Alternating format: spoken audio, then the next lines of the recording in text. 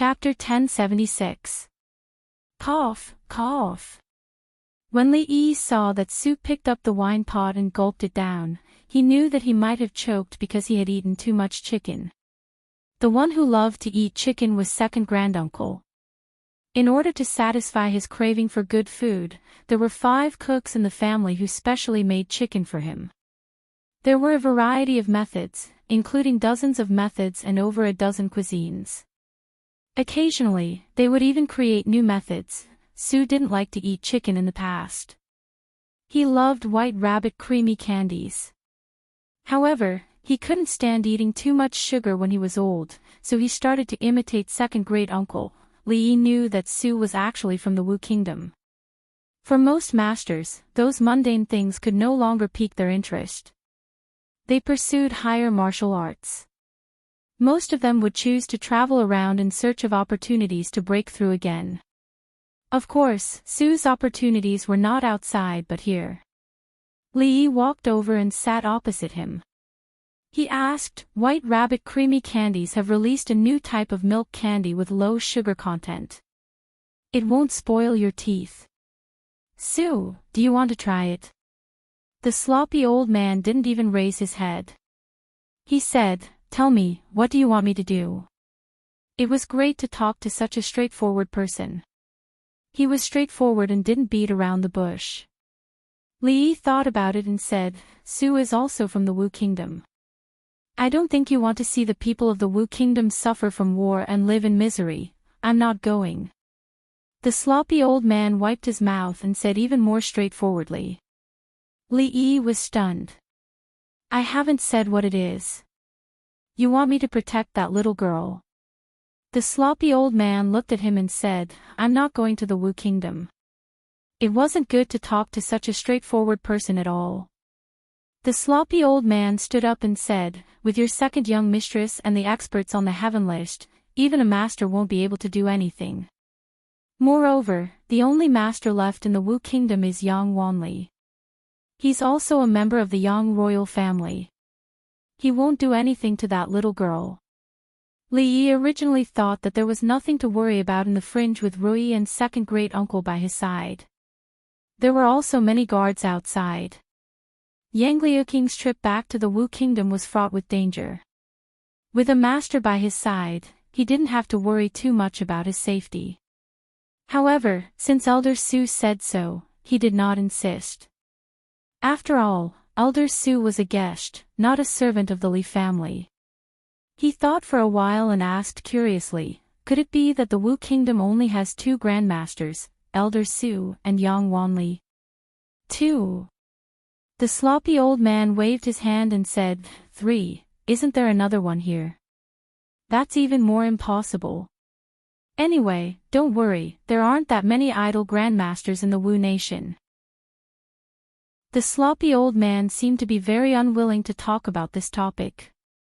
After saying that, his figure quickly disappeared. Li Yi looked at the old man's back and shook his head. Perhaps he was really thinking too much. At first glance, Rui, second great uncle, Su, Chang, the Taoist priest with the surname Yuan, and the Taoist nun in the Qi kingdom were all masters. It seemed like masters were everywhere. But when he thought about it carefully, he didn't seem to have heard of any other masters besides them. He stretched his body and walked back to his room to finish writing the unfinished plan. Yang Liuking knocked on the door and walked in. "Uncle, you were looking for me." Li Yi nodded and took out a book from the drawer. He handed it to her and said, "Keep this. It will be of great use in the future." Yang Liuking took it and looked at it. She was stunned and looked at him. "Uncle, this," Li Yi pointed at the book, Rebellion, What You Need to Know, and said, "This book is a general program and also a basic introduction. You can read it after you go down and see if you can understand it. If there is anything you don't understand, you can ask me. As for the next step of the plan, you can modify it according to the actual situation." Sorry, I took the wrong book." He saw the cover of the book and was stunned. He immediately took back the book, Queen Training Plan, from Yang Liuking and put it back into the drawer. He handed the book, Rebellion, What You Need to Know, to her and said, "This is the book. Read it carefully these few days. I still have something to do, so I'll leave first." When he reached the door, he paused and said, "From now on, you have to be extremely careful with every step you take. It's time to get rid of those spies among your people." Other than the two guards by Yang Fu's side, Li Yi believed that there were still many spies planted by the martial emperor's side. The existence of these people would always be a threat, and as for how to identify and deal with them, he believed that they had their own methods. Both Wei Liang and Chen Qing came from the military, and each of them had a group of absolutely loyal personal guards who had gone through fire and water with them. It was impossible for them to be disloyal. First, these people were eliminated. There were still a few dozen of them left in the fringe. They were all left in a mountain.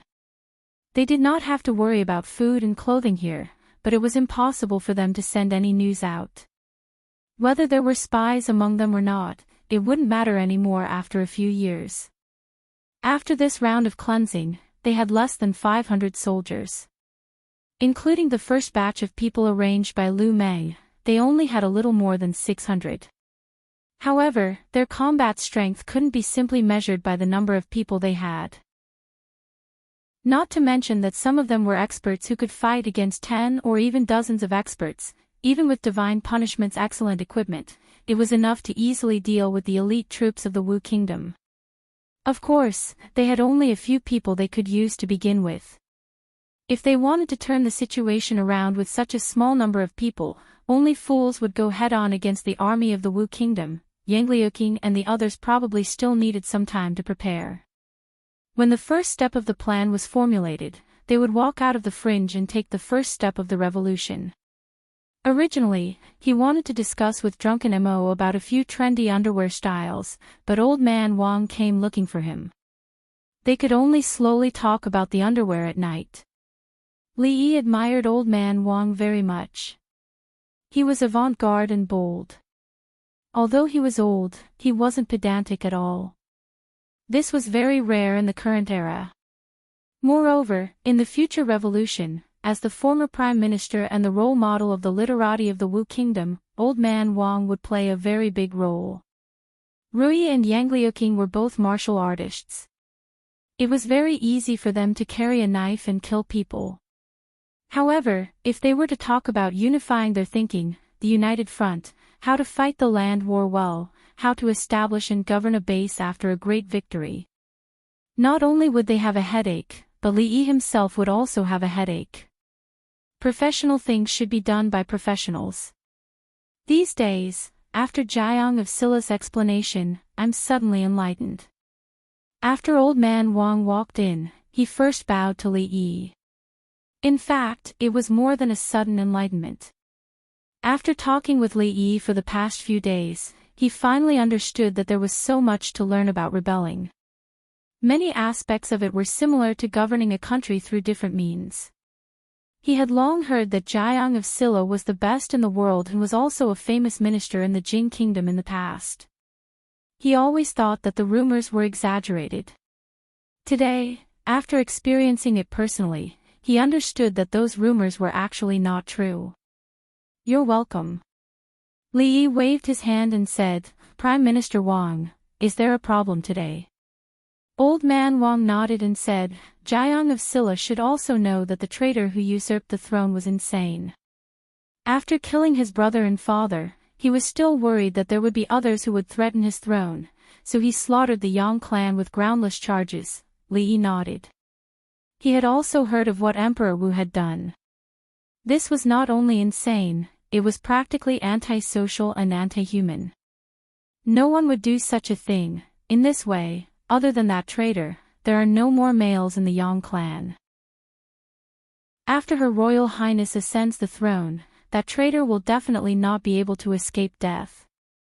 A trace of worry appeared on Old Man Wang's face, and he said, "But after Her Royal Highness, who should this vast world be handed over to?" Li Yi understood Old Man Wang's worry very well. For example, the Jing Kingdom belonged to the Li family. It was fine for Li Xian or Li Han to sit, but Li Yi himself could not sit. Emperor Wu had killed all the males in the Yang clan. In the future, Empress Yang Liuqing would be bored, so she could not casually choose someone with the surname Yang to pass the throne to. Actually, what old man Wang said was wrong. Didn't the Yang clan still have Yang Fu? Forget it, old man Wang already thought he was dead. He respected the dead, so he would not mention it. However, on this matter, the Empress in the other world had already given an answer. Li Yi looked at old man Wang and said, "What's so difficult about this? When your princess has children in the future, just pass it to her son. What flows in his body is still half Yang clan's blood, no." This was a very easy problem to solve. Let Yang Liuqing's son have the surname Yang, and then inherit the throne. Old man Wang's thoughts were still limited, but it was already not easy for him to think of the Empress. This couldn't be circumvented, and Li Yi could understand.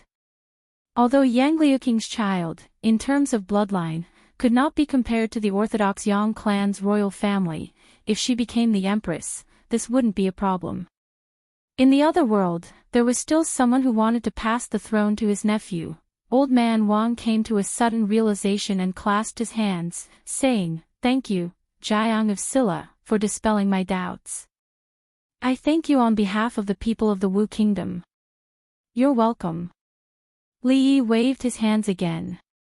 The child born by Yang Liuqing would inherit the Wu Kingdom, so what was there to thank him for? He couldn't help her give birth to a son. Chapter 1077. Although Li Yi was her martial uncle, as a martial uncle, he could help Yang Liuqing rebel, but he couldn't help her give birth to a son. He only cared about how Yang Liuqing would ascend the throne, avenge her father and brother, and realize his long-cherished wish. As for who she would pass the throne to after she became the Empress, it was not something he, as a martial uncle, needed to worry about. Old man Wang came with doubts and confusion. After Li Yi's guidance, he left with a happy face. After a while, Wei Liang and Qin Qing came again. For this martial nephew, Li Yi really worried a lot. Not only did he have to help her make a plan, but he also had to help her subordinates improve their ideological level. Wei Liang and Qin Qing were both former border generals, but guarding the border was different from rebelling. Li Yi needed to teach them how to start the first war, how to improve the military system, including how to expand the organization, how to do a good job in the United Front, and how to create a wave. Li Yi had always advocated that special people be used for special purposes, and the ideological work was handed over to old man Wang. He was very reassured. How to make nursery rhymes, how to stuff silk into a fish's stomach, how to write persuasion forms, he was definitely a professional. And Wei Liang and Qin Qing, their responsibilities were actually more important. How to develop their camp from 500 people to 50,000 people, how to fight every battle, how to defend every city, how to help the Empress clear all the obstacles along the way, such a heavy burden would be on their shoulders. Unknowingly, they had talked for more than 2 hours.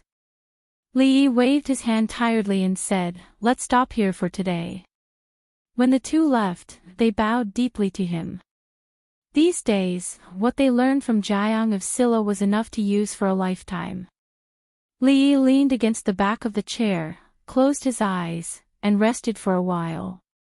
Although he was a little tired, it was worth it. Not to mention that he did all this to help his martial nephew, but also to satisfy some kind of complex in his heart.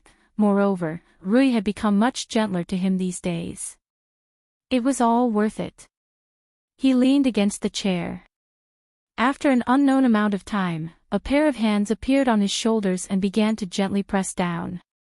It was not Rui, Xiaohuan, or Ruoqing or any of them, only Rui would use such a jerky technique. He was in a dilemma. On one hand, he hoped that Rui would continue to be gentle, but on the other hand, he hoped that she would return to her original self. She was becoming less and less like herself. If she deliberately suppressed it, would she be unhappy? Of course, it was only out of concern for Rui, and not because he had some weird fetish or awakened some attribute that he shouldn't have awakened. At some point, Rui's hand on his shoulder paused and said, "Thank you." "Thank me for what?" Li Yi opened his eyes and asked in confusion. "Thank you for being willing to help her." "I'm helping her, why are you thanking me?" Mississippi Lu did not answer. Li Yi thought about it and waved his hand. He said, "Actually, it's not as complicated as you think. Think about it, if your disciple becomes the Empress, you will be the Empress's teacher, and I will be the Empress's martial uncle. My seniority will be higher than the Empress's, and it will be so prestigious." Mississippi Lu paused and asked, "You're doing this for this? What else could it be?" Li Yi shook his head and said, "Besides, if she becomes the Empress, you will be the Empress's teacher. At that time, even if Mingzu really becomes the Empress, won't you still be better than her?" Mississippi Lu frowned and said, "Even without this matter, I will still be better than her." There was no need for a family to be so calculative. Li Yi naturally would not mention that she had lost to Mingzhu in a duel. He shook his head and said, "Aren't I just adding flowers to brocade?" Mississippi Lu seemed to have thought of something and asked, "Since you helped Yang Liuqing to ascend the throne because you want to be the Empress's martial uncle, then what did you want to do when you made Mingzu the Empress?" Li Yi closed his eyes and said, "I've been talking to them for too long. I'm a little sleepy. I'm going to sleep for a while." He was actually really sleepy, but the hands on his shoulders were getting stronger and stronger, making it hard for him to fall asleep. Tsang Province. Tsang Province was located at the northwest border of the Wu Kingdom. Although it was not considered a barren land, it was too far away from the imperial capital and bordered the fringe. From time to time, bandits would come out of the mountains to wreak havoc. For hundreds of years, the people of Tsang Province had been plagued by bandits. In the past 2 years, the bandits in the fringe had been eliminated, but the lives of the people had become even more difficult. Ever since the Wu Kingdom fell into chaos a few years ago, the imperial court had lost control of Tsang Province. In the past few years, Tsang Province had changed hands several times. First, a tyrant took advantage of the chaos in the country and attacked the provincial capital. He killed the provincial governor and his assistant officials and proclaimed himself king. Of course, they were annihilated by the imperial court a few months later. After that, Tsang Province was attacked by several other tyrant forces. The imperial court retreated and retreated. 2 years ago, Princess Duanrong used her iron fist to wipe out the rebellious forces in Tsang Province. She promulgated several policies to benefit the people, allowing the people of Tsang Province to have a short period of time to recuperate. Unfortunately, good times did not last long. Just a year ago, Princess Duanrong was besieged by the imperial court and several enlistment forces. After the defeat, there was no news of her. On the surface, Tsang Province had been reclaimed by the imperial court. However, with the imperial court's military strength, they were unable to suppress the rebellious forces that took advantage of the situation in the past year. The people suffered from the rebellious forces and their lives were extremely difficult. In a village several dozen miles away from Tsang Province's capital, a white-haired village chief was kneeling on the ground, tears streaming down his aged face. He pleaded, "Lord Steward, please give us a little more time. Please give us a few more days. 2 days ago, the village was robbed and we only have this little bit of food left. If you take this food away, we won't be able to survive." A middle-aged man dressed in a satin robe glanced at him and said coldly, "It's only right and proper to pay a debt. What does it have to do with me that you were robbed? I only know that if you can't pay the rent that you are supposed to pay, the master will punish me when I return. If I give you a little more time, who will give me a little more time?" He looked at the people behind him and said, "What are you waiting for? Take all the food away." The servants carried the sacks on their backs. Among the crowd below, more than 10 men dressed in coarse clothes had grief and indignation on their faces. However, they could only stand where they were, not daring to make any sudden movements. If they made a move on these people, the ones who would come knocking on their door tomorrow would be the constables of the government. Watching as the people carried the food onto the horse carriage, the middle-aged man looked down and frowned. "You've only paid less than 30% of the rent. I'll give you half a month's time. If you still can't pay after half a month, don't blame me for being impolite." Half a month. The village chief watched as the people carried the last of the village's food away. He collapsed on the ground with lifeless eyes and muttered, "Half a month, half a month. Half a month, everyone will starve to death." He sat on the ground and pointed at the sky as he cursed, damned heaven, you're not giving us a way out. You're sending us to our deaths." None of the villagers spoke. Their eyes were empty as they stared blankly in front of them. The autumn harvest had just ended, and all the food had been robbed by the bandits. Unable to pay the rent, the master had plundered all their food. There were nearly 100 mouths in this village, and they were about to run out of food. How could they survive until the next year? This King world doesn't give us a way out at all. How good would it be if Her Royal Highness was still here? Xiao Yun, Xiao Yun. The woman's panicked voice woke everyone up and they all looked in the direction of the voice. A 7 or 8-year-old girl with messy hair and ragged clothes was lying on the ground. The woman crouched on the ground and picked up the girl, shaking her in panic. "Xiao Yun, what's wrong with you?" The village chief crawled up from the ground and quickly walked over. He touched the girl's forehead and shook his head. "This child has been sick for a few days. Hurry up and find a doctor. If we delay any longer, she'll die." The woman's face was filled with despair. They couldn't even eat, so where would they find the money to find a doctor? She hugged the girl and cried, Xiao Yun, I'm so sorry, sister-in-law, what happened?" The woman raised her head when she heard the voice beside her. She saw a young man walking over from the side of the road. The young man walked to the woman's side and crouched down. He pinched the little girl's philtrum and she slowly regained consciousness. She looked at the woman and weakly said, "Mother, I'm hungry." The woman hurriedly wiped her tears and said, "Mother will go find something for you to eat." The young man took out a package from his bosom. After opening it, he took out a steamed bun and handed it to the little girl.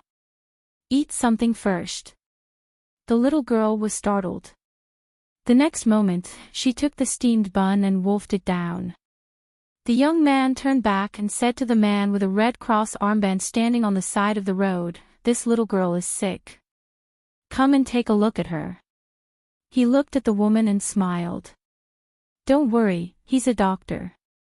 All of this happened very quickly. The woman was stunned for a moment before she immediately knelt on the ground and kowtowed to the young man a few times. She loudly said, "Thank you for your great kindness, thank you for your great kindness." The young man shook his head and smiled. "There's no need to thank me.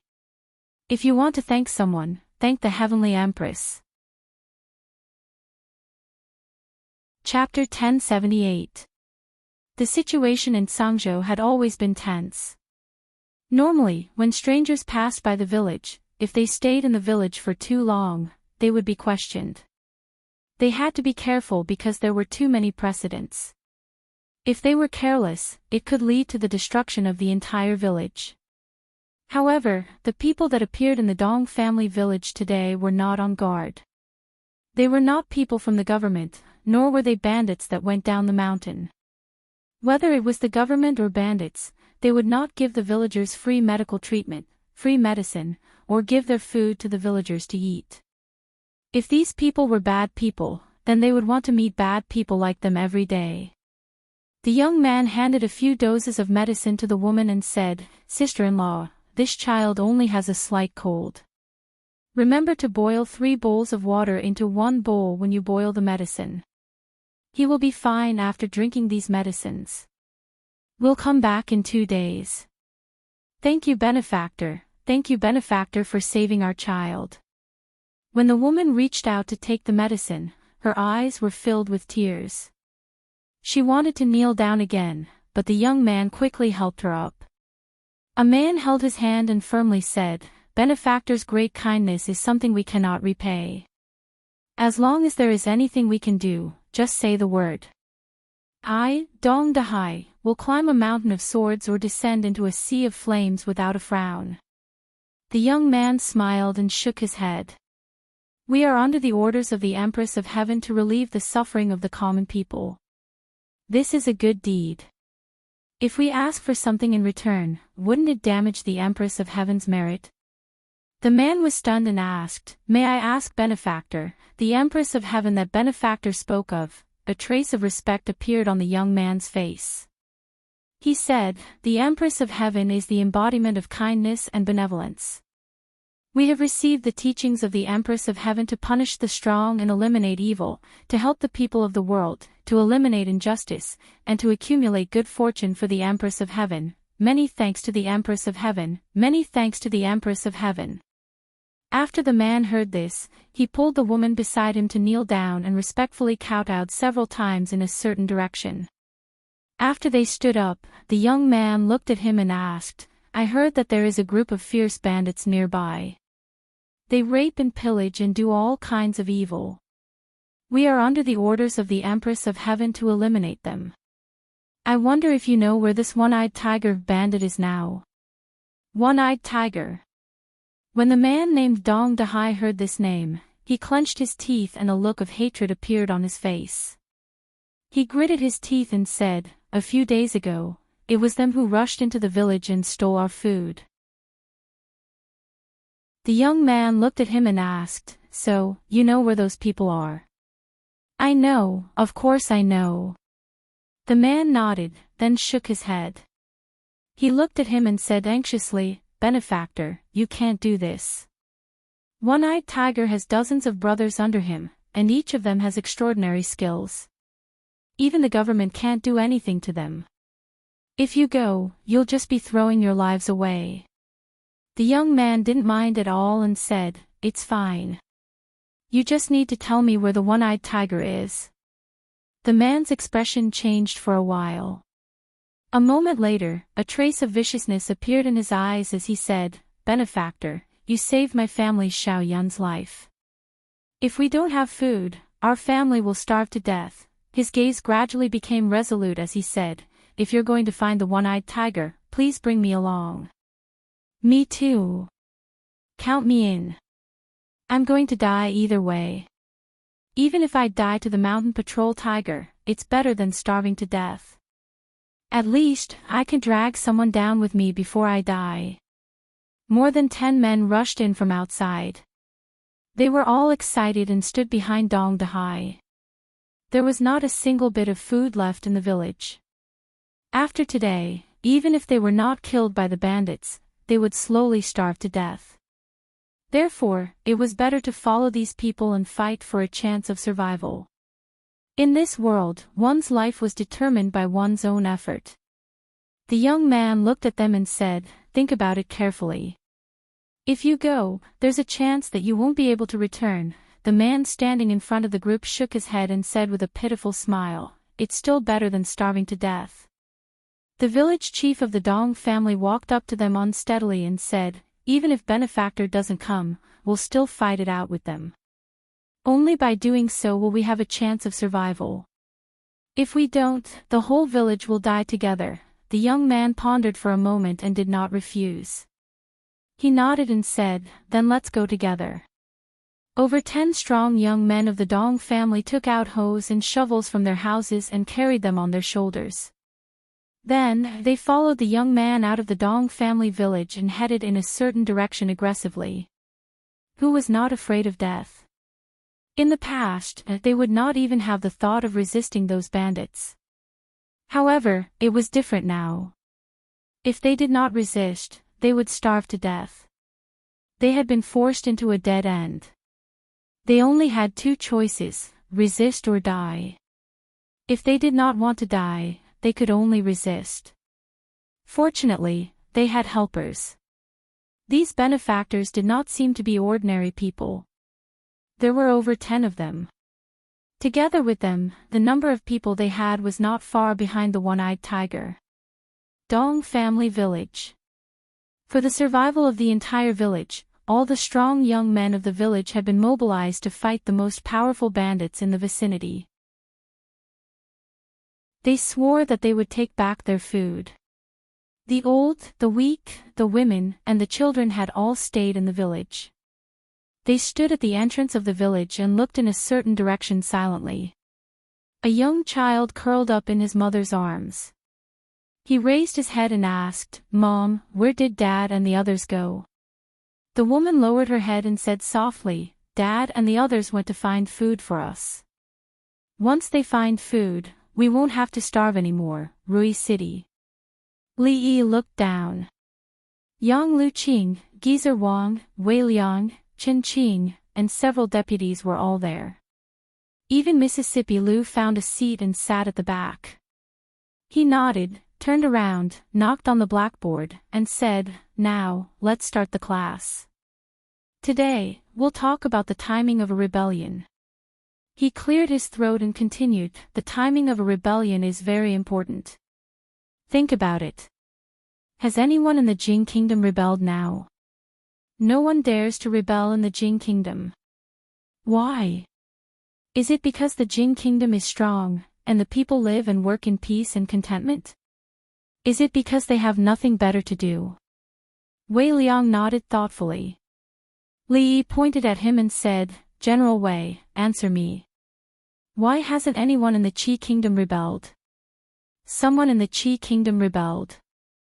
Wei Liang thought for a while and said, "A few years ago, the first prince of the Qi Kingdom was bewitched by someone.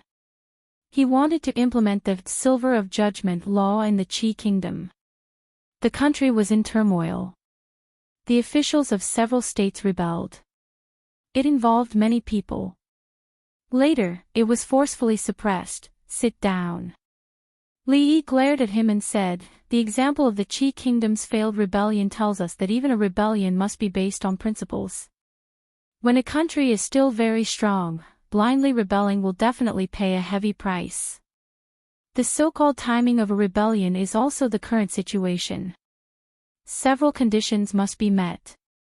The world is in chaos, the people have no way to make a living, the imperial court is not trustworthy, the rebels rise together. Obviously, this is the current situation of the Wu Kingdom." Later, Li Yi found that it was not easy to change their minds with just words on paper. Old Man Wang was an elite among scholars after all. But it was a bit difficult for generals like Wei Liang and Chen Qing to understand. However, they should understand these things the most. Therefore, he could only return to his old business and set up a small jiang of Silla class. He taught them for an hour every day. Judging from the effect of the lectures these days, the effect was not bad. He looked at the people below who had a look of realization on their faces and spoke again. "Before a rebellion, you need to understand the main contradiction of a region. Is it the people and the government, the people and the gentry, or the people and the bandits? Only after you understand the main contradiction can you know what to do next. Only then can you gradually strengthen your troops." Zhangzhou, Dong Village. A group of old, weak women and children quietly waited at the entrance of the village until the sun was about to set. Suddenly, a loud voice shouted, "They're back! They're back!" Everyone's spirits rose. When they looked up, they saw a group of people walking over from afar. They saw their men and sons walking into the village in high spirits. Their faces were full of smiles, and each of them carried a big cloth bag on their shoulders. Chapter 1079. The villagers of the Dong family village entered the village and placed the food on their backs in an orderly manner at the village entrance. The young man walked out from the crowd and said, "This food was brought back by everyone risking their lives. Everyone can take it and divide it among yourselves." The dozens of men standing behind him revealed looks of shame as they heard this. These food were taken from the hands of bandits, but they weren't the ones who took it. They were just standing on the sidelines watching the fun, cheering and cheering, when they arrived, they were already prepared to perish together with the bandits. But after arriving, they discovered that One-Eyed Tiger's group of several dozen people wasn't even enough to fight against their benefactor. They couldn't even help. In the end, they could only help their benefactor tie up those bandits. It was unknown where those bandits were taken. The man named Dong Dahai carried several bags of food and placed them to the side. He said, "Benefactor, this is enough for us. If we take more, it will still be taken by others. You can take the rest of the food away." The young man waved his hand and said, "This is your food to begin with. We can't take it. After you take it back, hide it well and don't let others steal it." The Dong family village people lowered their heads in silence. In times of chaos and natural disasters, food was their life. The government wanted food, their families wanted food, and the bandits on the mountain also wanted food. These people wanted their lives. But today, these strangers that they didn't know treated their illness and helped them steal food from the hands of bandits without asking for anything in return. Dong Dahai was the first to kneel on the ground, knocking his head on the ground. The two men beside him looked at each other and knelt down as well. The villagers of the Dong family village knelt down one by one. Whether they were men or women, young or old, or even the ignorant children, all of them had their heads pressed down by their mothers. The young man stood in front and said, "You don't need to thank me. If you want to thank someone, thank the Heavenly Empress. Remember to live a good life in the future. Don't do evil and do more good deeds. The Heavenly Empress will protect you. If you disobey, we will take back everything that the Heavenly Empress has bestowed upon you." Dong Dahai respectfully said, "Benefactor, rest assured. We will not harm the Heavenly Empress merit." The villagers of the Dong family village also responded. Even after those people gradually left, the villagers were still kneeling on the ground. They looked at the piles of food around them and felt that it was unreal. Dong Dahai took out a portrait from his bosom. This was something that he had requested from his benefactors. This portrait was of the Heavenly Empress. They were only ordinary people and could not do anything for the Heavenly Empress. They could only worship the Heavenly Empress day and night in order to repay her kindness. From today onwards, not only him, but everyone in the Dong village would have to erect a long life memorial tablet for the goddess. Recently, a legend had been circulating outside Sangzhou City. The Wu Kingdom was in chaos, and the people had no way to make a living. The people suffered from the chaos of war and were homeless. The Empress took pity on the people and descended to the mortal world. She sent her believers to help the people in distress and in danger. She helped the people in Sang Prefecture to treat their illnesses for free and gave them vegetarian meals. Many people were saved. There were common people that had received their kindness and willingly joined them. They swept away the bandits that roamed Sang Prefecture and distributed the food they seized to the poor people. In a short period of time, they received the unanimous support of the local people. The Heavenly Empress had a benevolent and generous heart. She spread the word of good in the world and also guided the people of Tsang Prefecture to do good deeds and accumulate good karma. She also left behind a prophecy that not long after, a person of the mandate of heaven would appear and save the people of Tsang Prefecture from their misery. In these past years, the common people heard countless people proclaim themselves as people of the mandate of heaven. Without exception, these people were all exterminated by the imperial court. These people said that they would help the common people, but they actually stole food from the common people and went around capturing people. A long time ago, the people of Tsang Prefecture no longer had any expectations for this so-called person of the mandate of heaven. However, the Heavenly Empress was different. She never desired anything from the common people. She filled the stomachs of the common people and cured their illnesses. The common people believed in her and supported her. When she said that a person of the mandate of heaven would come and save them from their misery, many common people longed for the arrival of this person. Tsang Prefecture City, Provincial Governor's Mansion. A person of the mandate of heaven.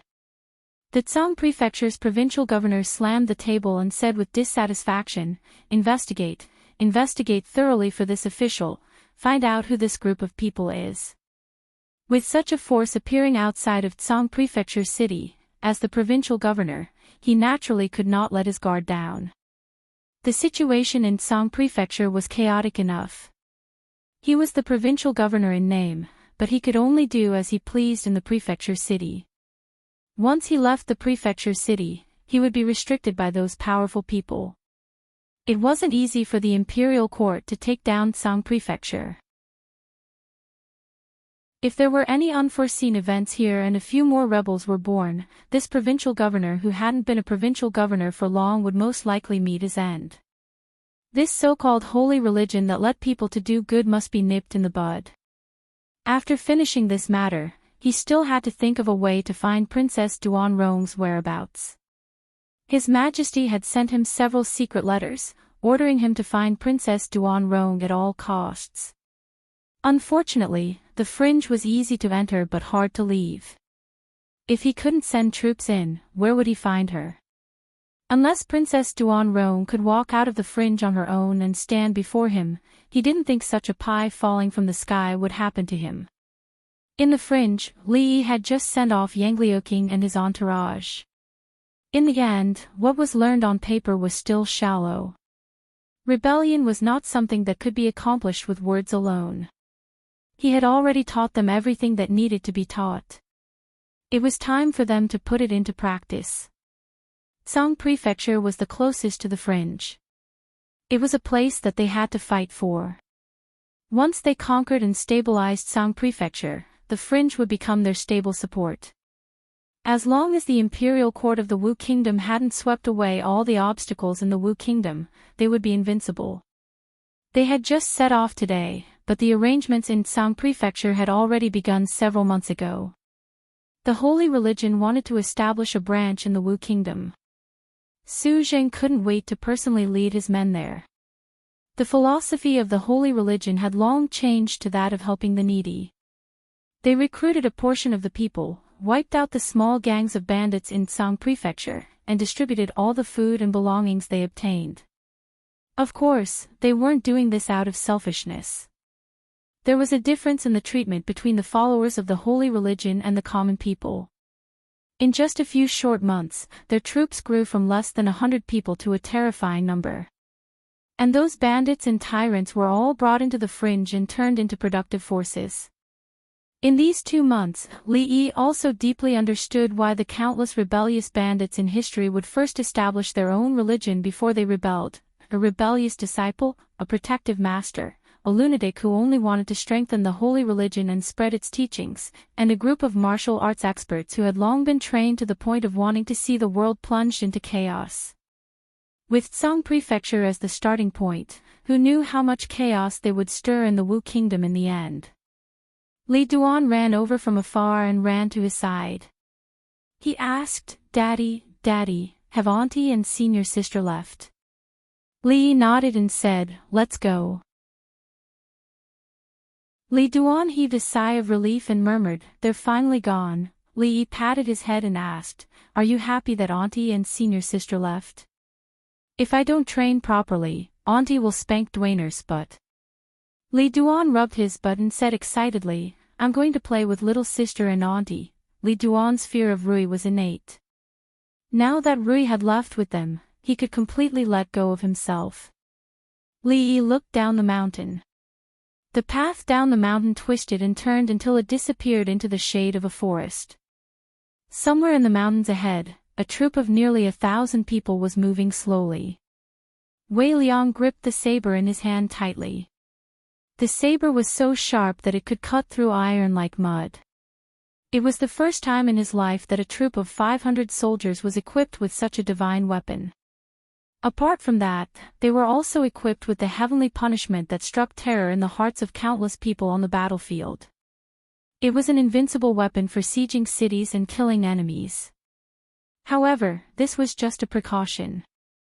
The mission given to them by Prince Jiang of Silla was to take down Tsang Prefecture within a month without shedding a drop of blood. He looked up in a certain direction and clenched his fists. "Tsang Prefecture. We're back." Chapter 1080. We haven't eaten for 3 days. Be kind and give us something to eat. Have pity on us. Outside of Zhangzhou City, in a tea house by the side of the official road, a dozen or so refugees, dressed in rags and covered in dust, were leaning against a low mud wall. They held a broken bowl in their hands and weakly repeated the same words. Zhangzhou had always been in turmoil. Some of the commoners had lost their homes and were living a difficult life. They could only flee in all directions. Refugees like this were a common sight along the official road. The tea house's waiter was annoyed by the noise. He walked over with large strides and kicked one of the people by the wall. He said angrily, "Go away, go away. Don't disturb our business." This tea house was opened by the side of the official road. Because of the bandits nearby, they hadn't opened for business for half a year. A few days ago, those bandits were taken care of by someone. They only dared to open the tea house again after observing for a long time. However, these refugees, who couldn't be chased away, were lying there like mud, affecting their business. They are all pitiful people. Why make things difficult for them? In the tea house, a man couldn't stand it anymore. He took out a few pieces of dry rations from his bag and distributed them to the refugees. He pointed in a certain direction and said, "Follow this official road and walk another 30 li forward. There is a village called Dong Village. Go there and do some work. At the very least, you will be able to make a living. It is still early, so don't delay on the road. You should arrive before the sky turns dark." "Thank you, thank you." The group of refugees immediately knelt down and kowtowed to express their gratitude. After a few kowtows, they got up and walked in the direction that the man had pointed. The waiter was happy to see this. He shook his head and went back to his work. The man also sat back down. A person sitting beside him suddenly asked in a low voice, "General Wei, it's already so late. Why isn't General Fan here yet? Did something go wrong?" Wei Liang drank a cup of tea and said, "What's the hurry? There are still 15 minutes. Blind Fan always delays things to the last moment. Wei, I heard you bad-mouthing me from afar. I haven't seen you for more than a year and you've only gained this bit of skill." A loud voice came from outside the door. A man walked in and sat across from Wei Liang. This man was tall and mighty.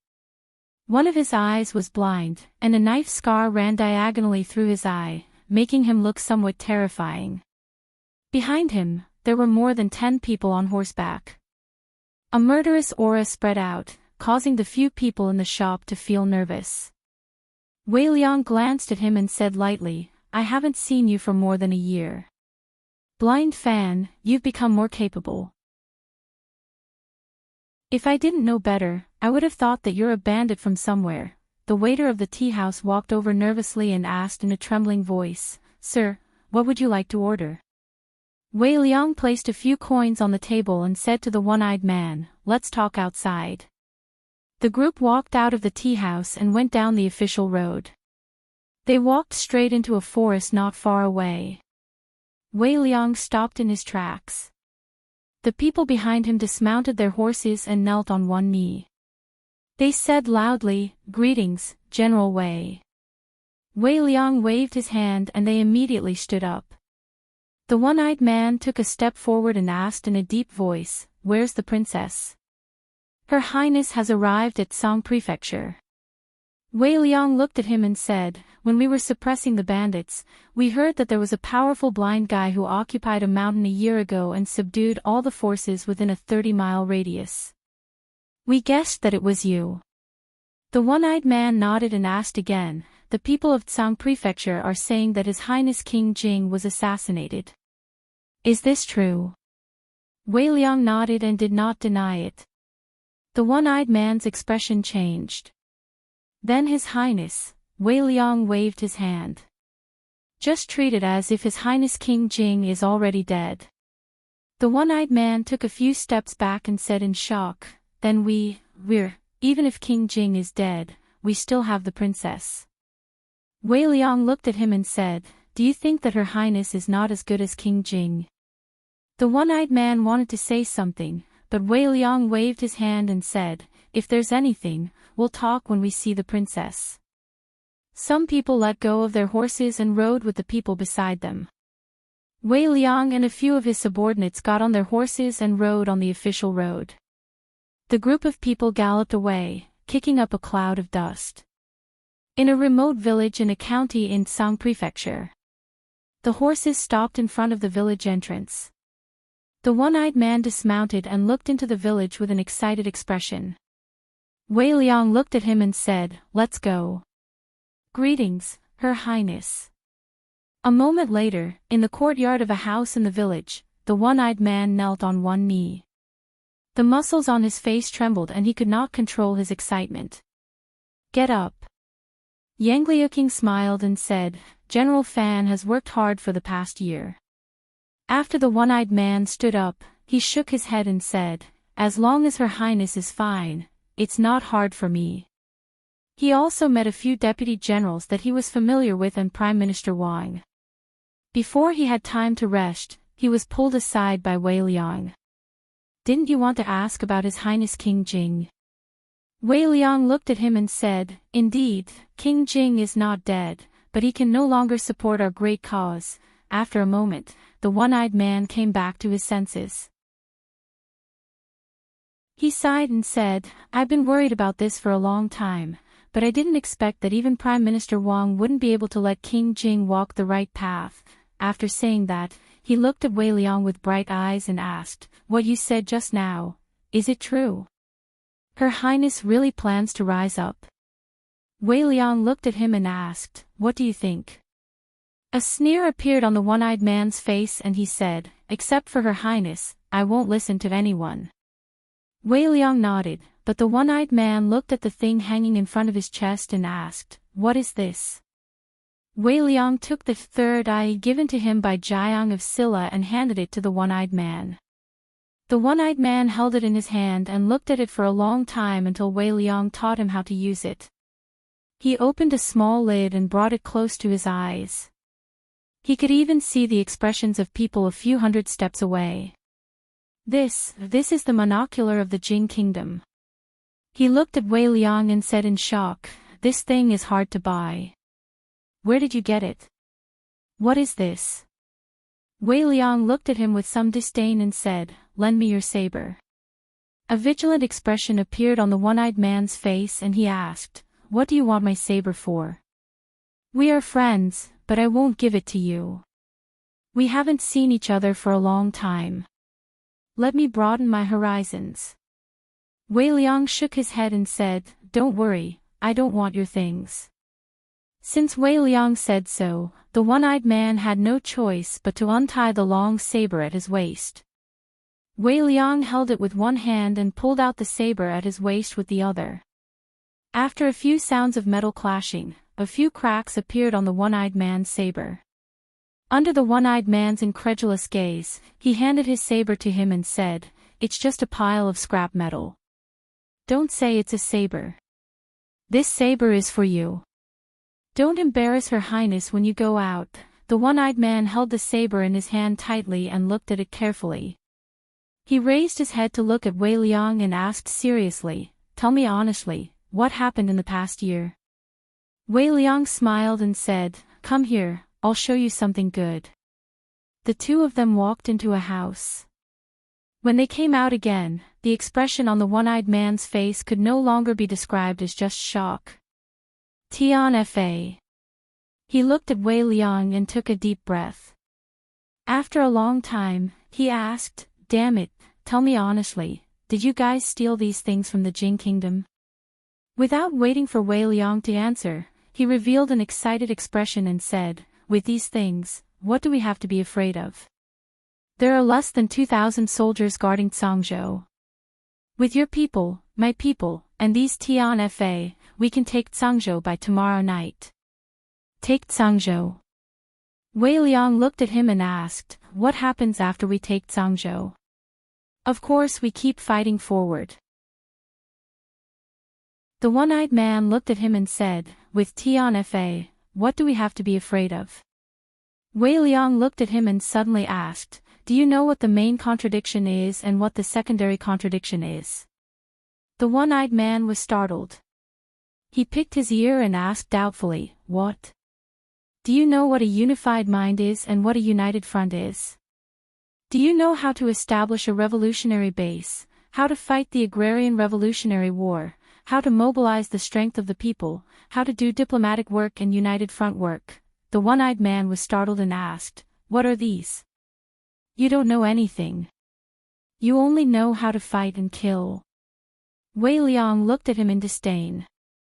He vented the anger that had been in his chest for a long time and asked, are you a pig?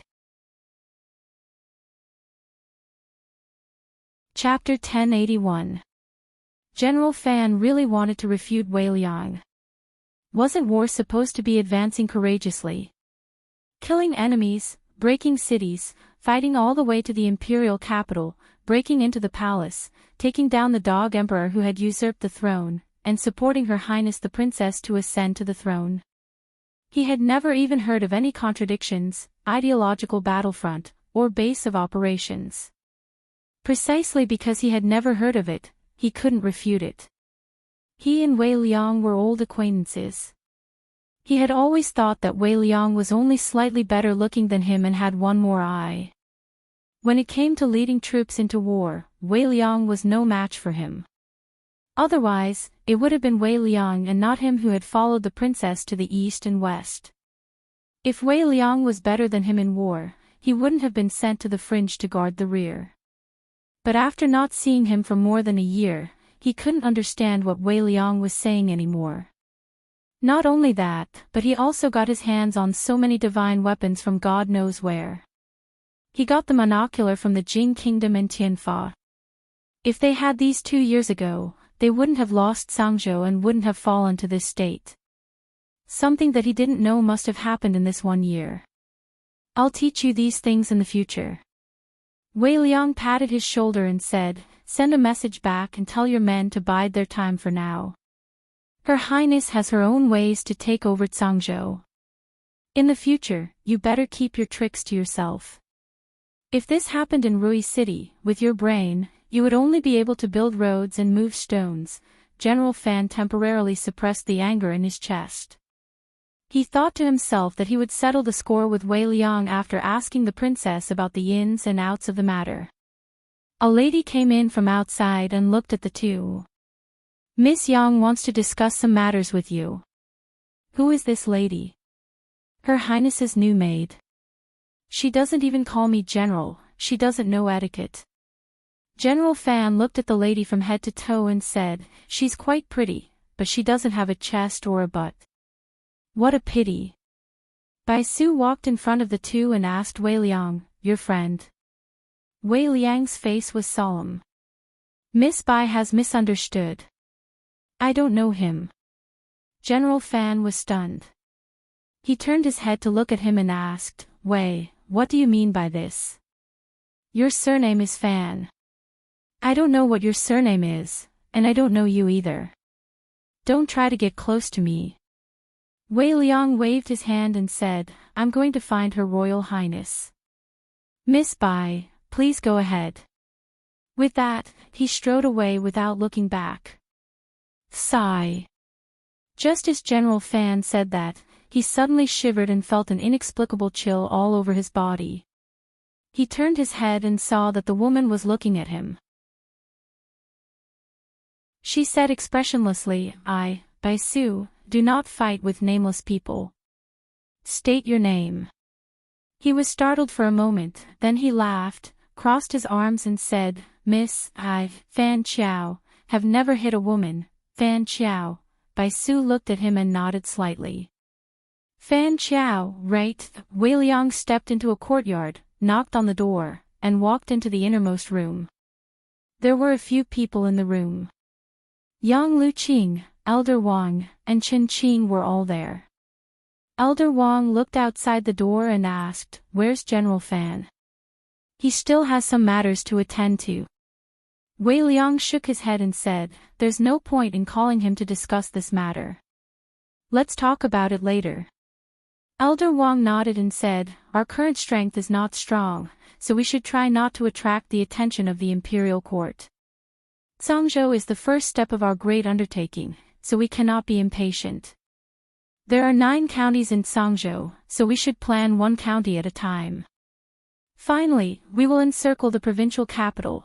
We must remember what Jiang of Silla said, build high walls, accumulate grain, and slowly become king, from how to take down Zhangzhou with the least amount of effort, to how to forge Zhangzhou into an impregnable base, to how to achieve victory in the entire Wu country step by step." They had already gone through tens of hundreds of simulations and established a general plan. What they needed to do now was to implement the plan step by step.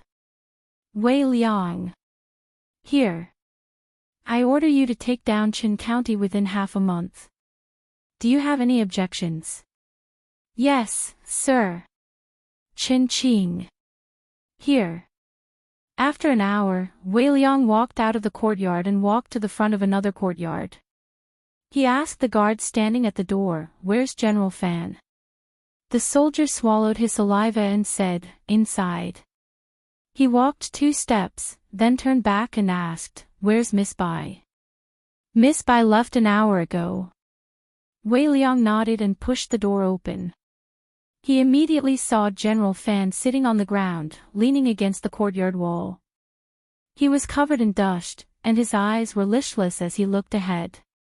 At this moment, General Fan looked no different from the refugees he had met. He sighed and walked forward, wanting to help him up. "Don't move." General Fan, who was paralyzed, suddenly shouted. 2 streams of turbid tears fell from his eyes.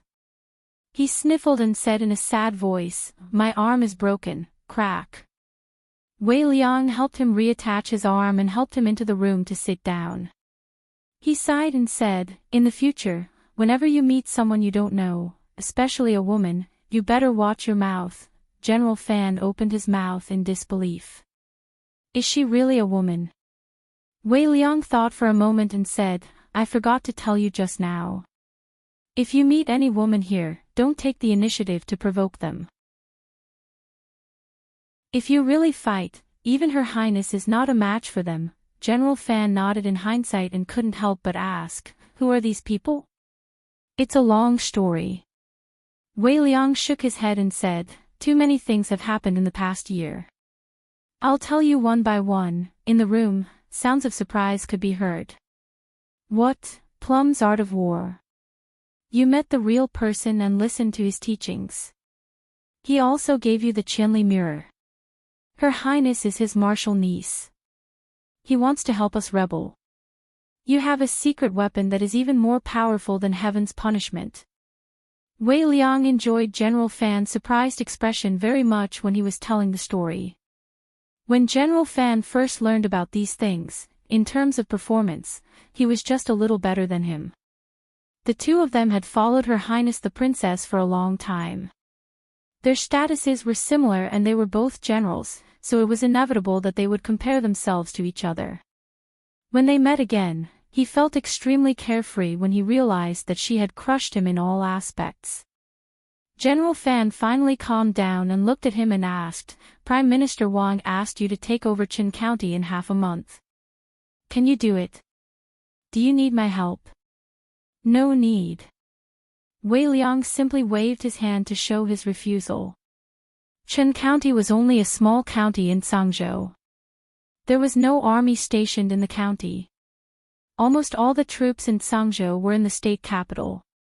If someone broke through the state capital, these small counties would inevitably fall. Other than some strong people who served in the army and the 3 groups of officials in the county government, Qin County had no other power. Moreover, they had infiltrated each of the 9 counties in Zhangzhou. Countless people were their backing, and the small groups of bandits in the country had almost been subdued by them. With the help of those martial arts masters, it was not difficult for them to take down a county. "Then I'm relieved." General Fan nodded and asked again, "Oh right, that lady just now, what's her background?" Wei Liang explained, that is Miss Bai Su. Miss Bai is a friend of Her Highness. Her martial arts are extremely high. Even Her Highness is no match for her. You have not seen Her Highness's master. Miss Liu is the real powerful one. General Fan nodded and said, Miss Bai is beautiful and has a good figure. She looks soft and weak, but I didn't expect her to be so powerful. Wei Liang couldn't help but laugh and said, I admit that Miss Bai is beautiful, but if you say that she has a good figure. He patted General Fan's shoulder and said, Old Fan, when did your other eye become blind? Nonsense. General Fan slapped his hand away and said, I think Miss Bai is good in every aspect. Wei Liang waved his hand and said, Hey, you don't understand. A woman like Miss Bai with no breasts and no buttocks will not be easy to have children. Whoever marries her will be unlucky. General Fan cupped his hands and said, You have the guts to say that to Miss Bai. If you have the guts to say it to her face. Wei Qing glanced at him and said, Do you think I am stupid? I only dare to say it when there is no one else here. If I say it in front of her, wouldn't I be courting death? You are not stupid. General Fan looked at him and said with a smile, If you are not stupid, look back. Chapter 1082. Because General Wei was unwell, the task of taking down Qin County within half a month fell on Deputy General Qin Qing.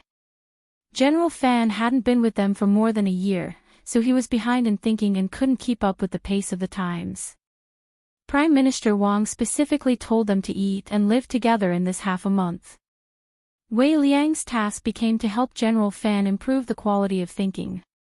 Ordinary soldiers just followed orders and didn't have high requirements, but as a general, he couldn't be lax in thinking.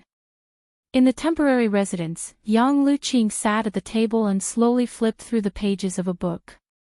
She read every line of words very carefully. General Wei and General Fan only needed to know how to fight a war, but she was different. Not only did she need to know how to win the first battle, but she also needed to know how to strengthen her troops. She needed to know how to survive in the cracks when her forces were still weak. She needed to start from Cangzhou and approach the place that had given her countless nightmares step by step. She even had to think about some more distant things. One day, if she really sat on the throne, what should she do? How could she be a good emperor? She never doubted whether she could do it or not. If Uncle Master said it was possible, then it was possible. Prime Minister Wang knocked on the door and walked in. Your Highness. After a slight salute, he said, Qin Qing has gone to Qin County.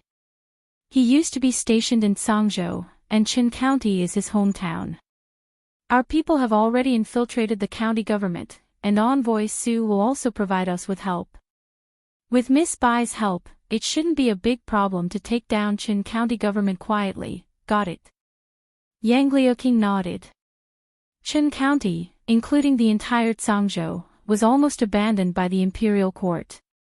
Only about 1,000 soldiers were stationed in the capital of Cangzhou. She only needed to lead 50 elite soldiers to occupy Qin County government.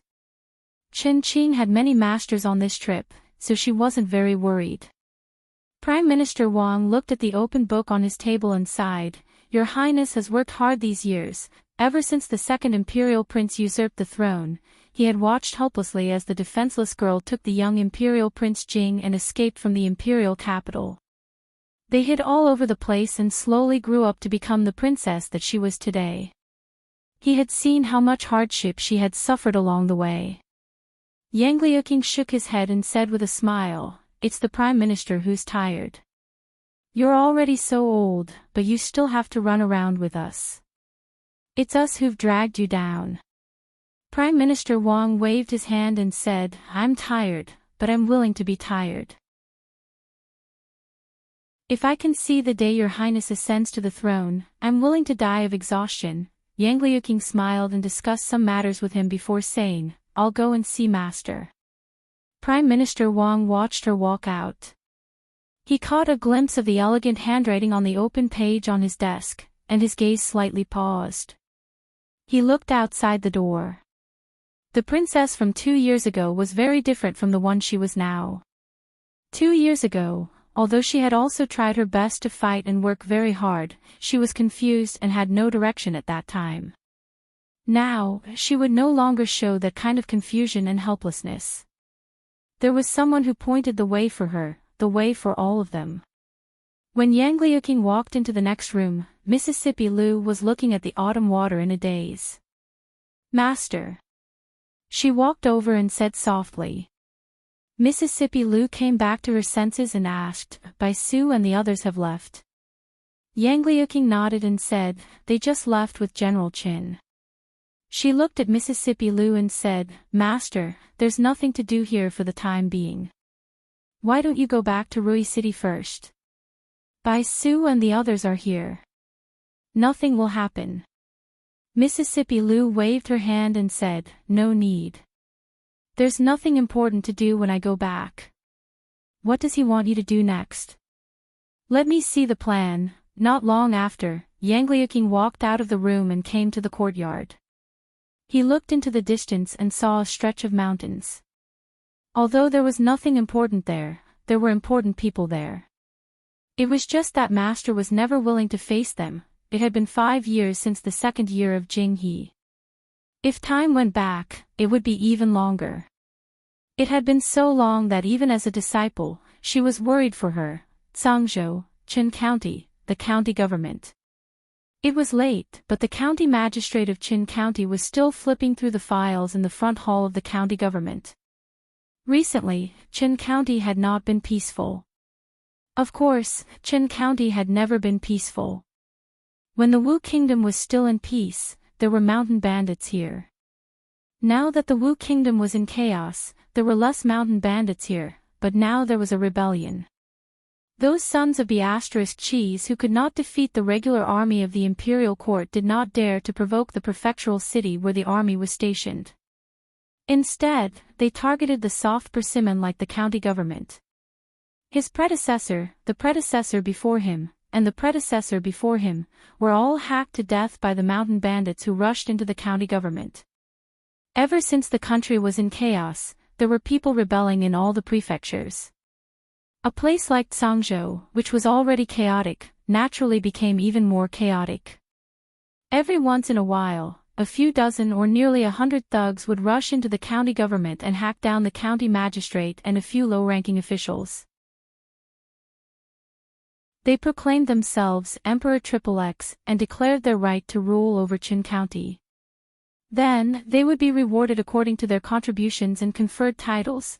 This was how his predecessor, the county magistrate, had died. By the time the prefectural city received the news and sent troops to exterminate those rebels, the county magistrate's death had already passed. Although there were also people who would attack the county government, they would only fight and not occupy it. They would seize food, weapons, and horses. In short, they would seize whatever they saw. After they were done, they would leave and hack down the county magistrate and a few low-ranking officials. This was how his predecessor had died. In short, if there was a rebellion in Qin County, the county magistrate would be the first to suffer. The damned provincial governor had already withdrawn his army to the prefectural city. Small county magistrates like them had to live with their heads tied to their waistbands. If they were not careful, they would become the target of others' rebellion. The reason he could live until now was not because there were fewer people rebelling, but because he was careful enough. Once he discovered a clue, he would immediately flee for his life. Recently, in Qin County, there were often illegal gatherings in some villages. Each gathering would consist of dozens or even hundreds of people. In troubled times, as long as there were more than 10 people gathered together, nothing good would happen. This was an iron law, and it was also a bloody lesson he had learned from the deaths of his predecessor, the predecessor before him, and the predecessor before him. If they were discussing a rebellion, he was sure that the county government of Qin County would be their primary target. He could not be an official, but he could not give up his life. This was the life principle he had always followed. Bang! Just as he was carefully reading through the files, trying to find some clues, a few muffled sounds suddenly came from outside the front hall. The county magistrate's heart skipped a beat and he blurted out, "Who is it?" No one answered him, and no one from the Yamen runners who were usually on duty outside came in. He almost subconsciously ran to the back, where there was a secret passage that he had people dig in advance. No matter what happened outside, he could run outside through that secret passage.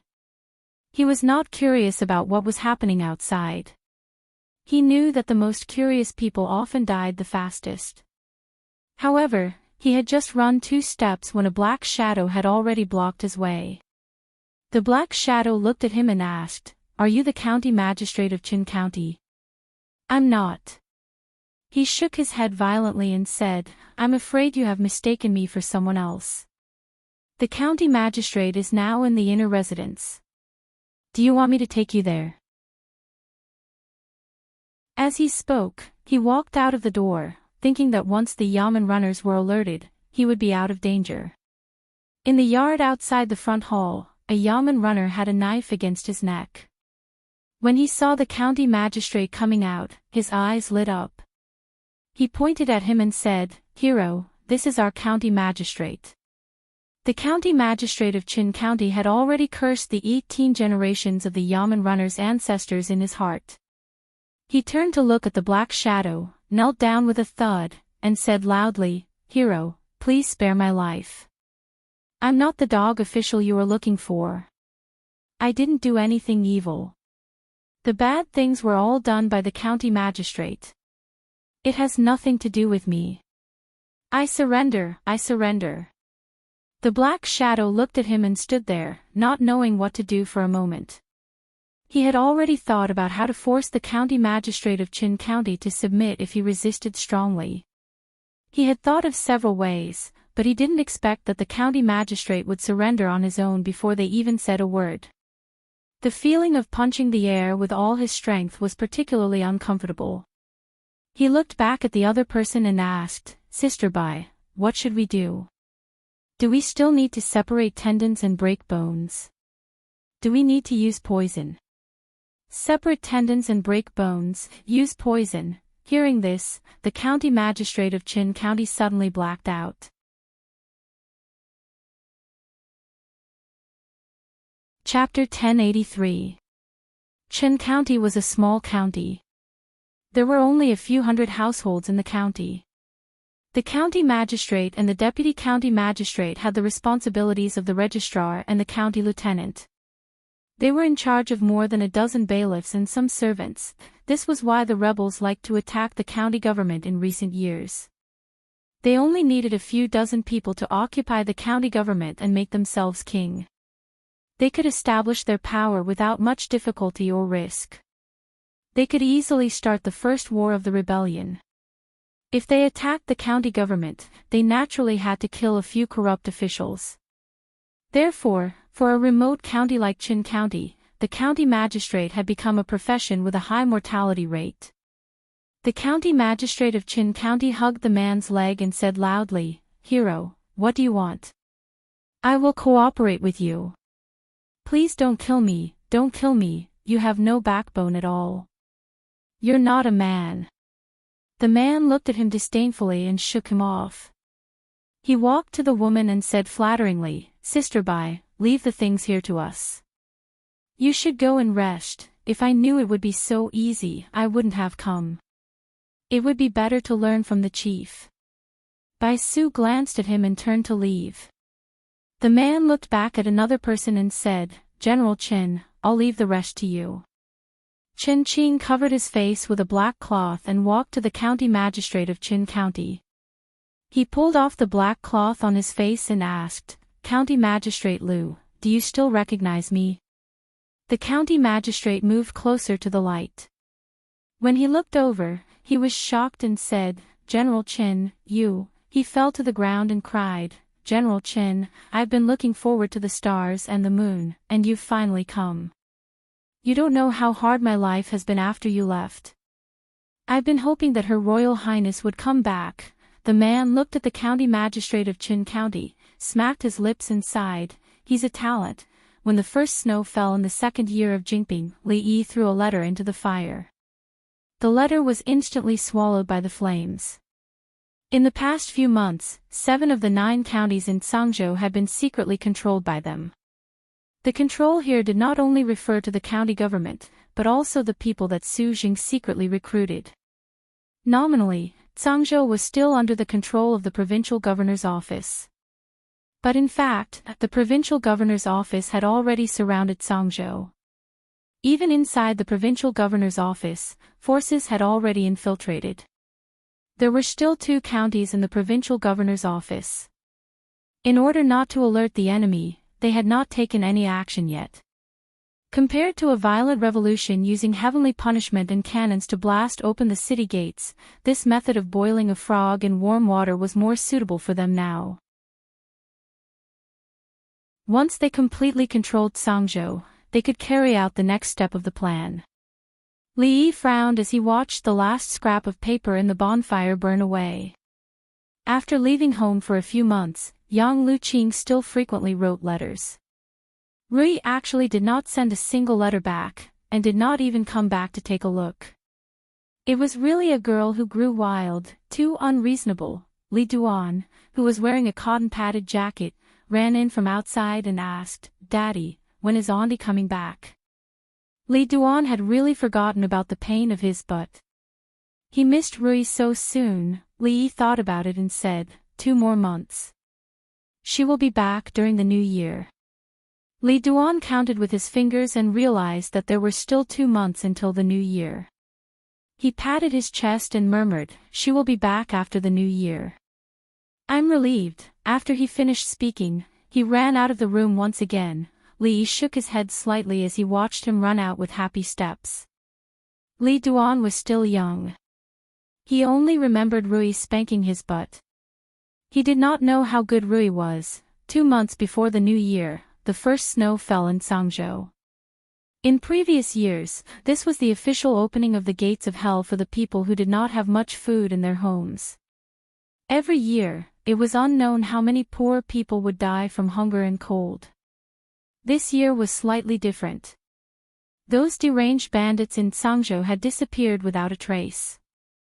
Every county would have a fixed place to distribute porridge. As long as they put in a certain amount of work, they would not be able to fill their stomachs.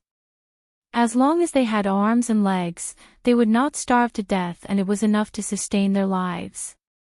In this year of famine and war, to be able to keep their lives was already a blessing from the gods. No, it was the blessing from the Empress. The Empress was kind and generous. Numerous people in Zhangzhou had received her kindness.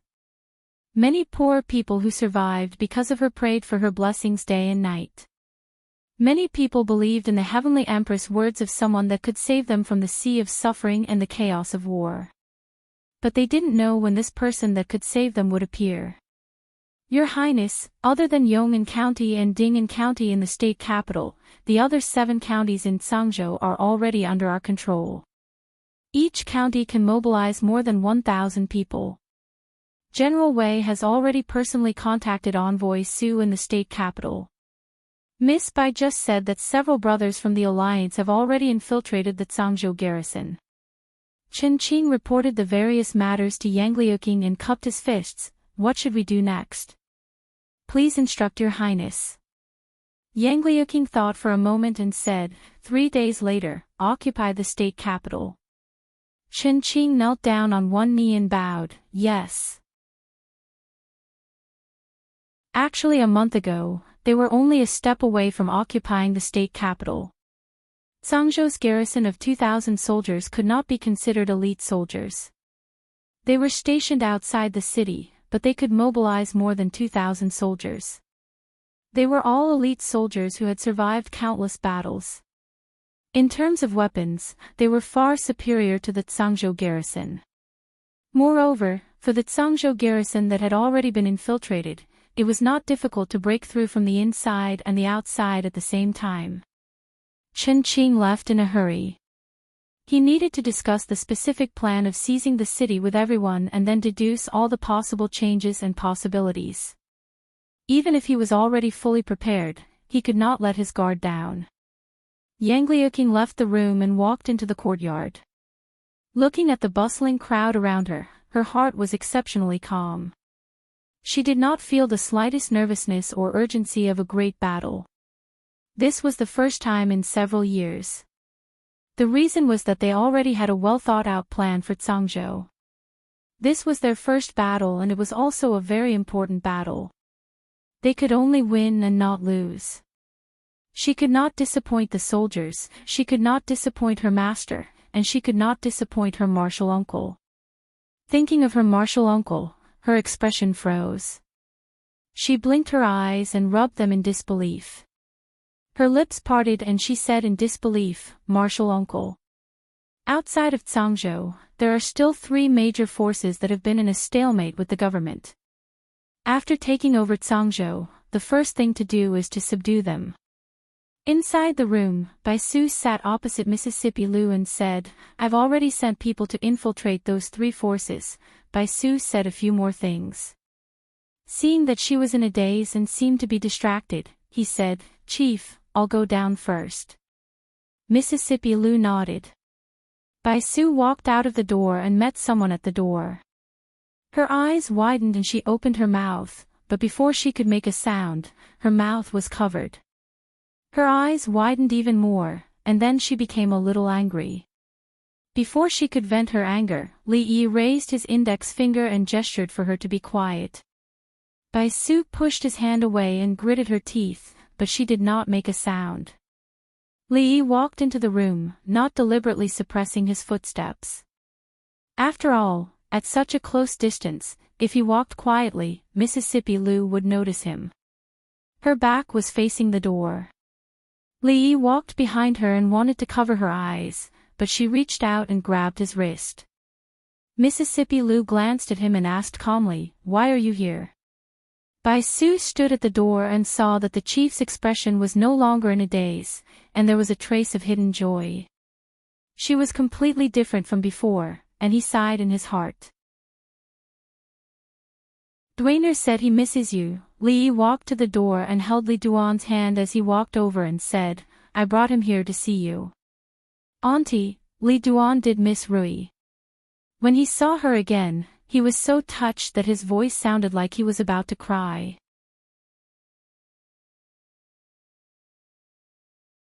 Chapter 1084. Li Yi and Li Duan were not the only ones who came to Cangzhou. In order to strengthen the cohesion of the holy religion, Ruoqing, as the incarnation of the Empress, couldn't always exist in the portrait. She had to show up in front of the believers. This time, Rui and Zui Mo didn't come with them. Rui had to stay in Rui City to preside over the overall situation. Li Mu was still young and hadn't weaned yet, so Zui Mo couldn't leave. Without a grandmaster following them, they couldn't guarantee their safety in extreme situations. Even if Su didn't want to come to the Wu Kingdom, he followed them to Cangzhou this time. "What are you doing here?" Mississippi Liu looked at him and asked. Based on her understanding of Duaner, it was impossible for him to miss her. "Duaner said he missed you." "Of course, this is only one of the reasons." Li Yi looked at Li Duan, who hid far away after calling him aunt, and said, "There's nothing to do in the mountains, so I took him out to see the world and see your progress. Cangzhou hasn't been conquered yet, right?" Mississippi Liu said, "We'll conquer the city in 3 days." "There are still 3 days. There's no hurry."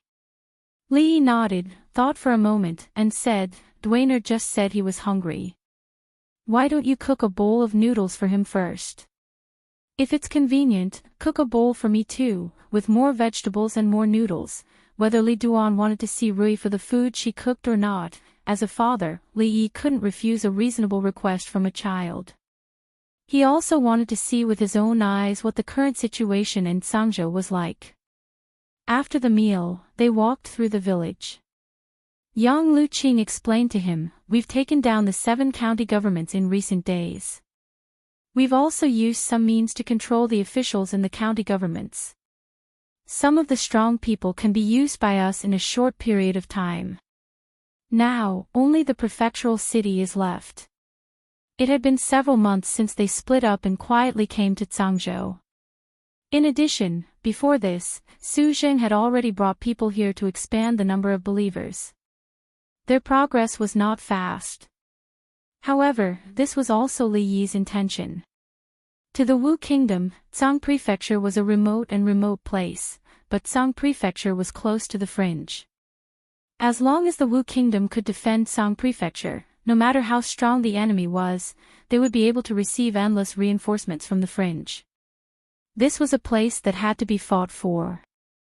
They had to hold it firmly in their hands and not simply occupy the government office.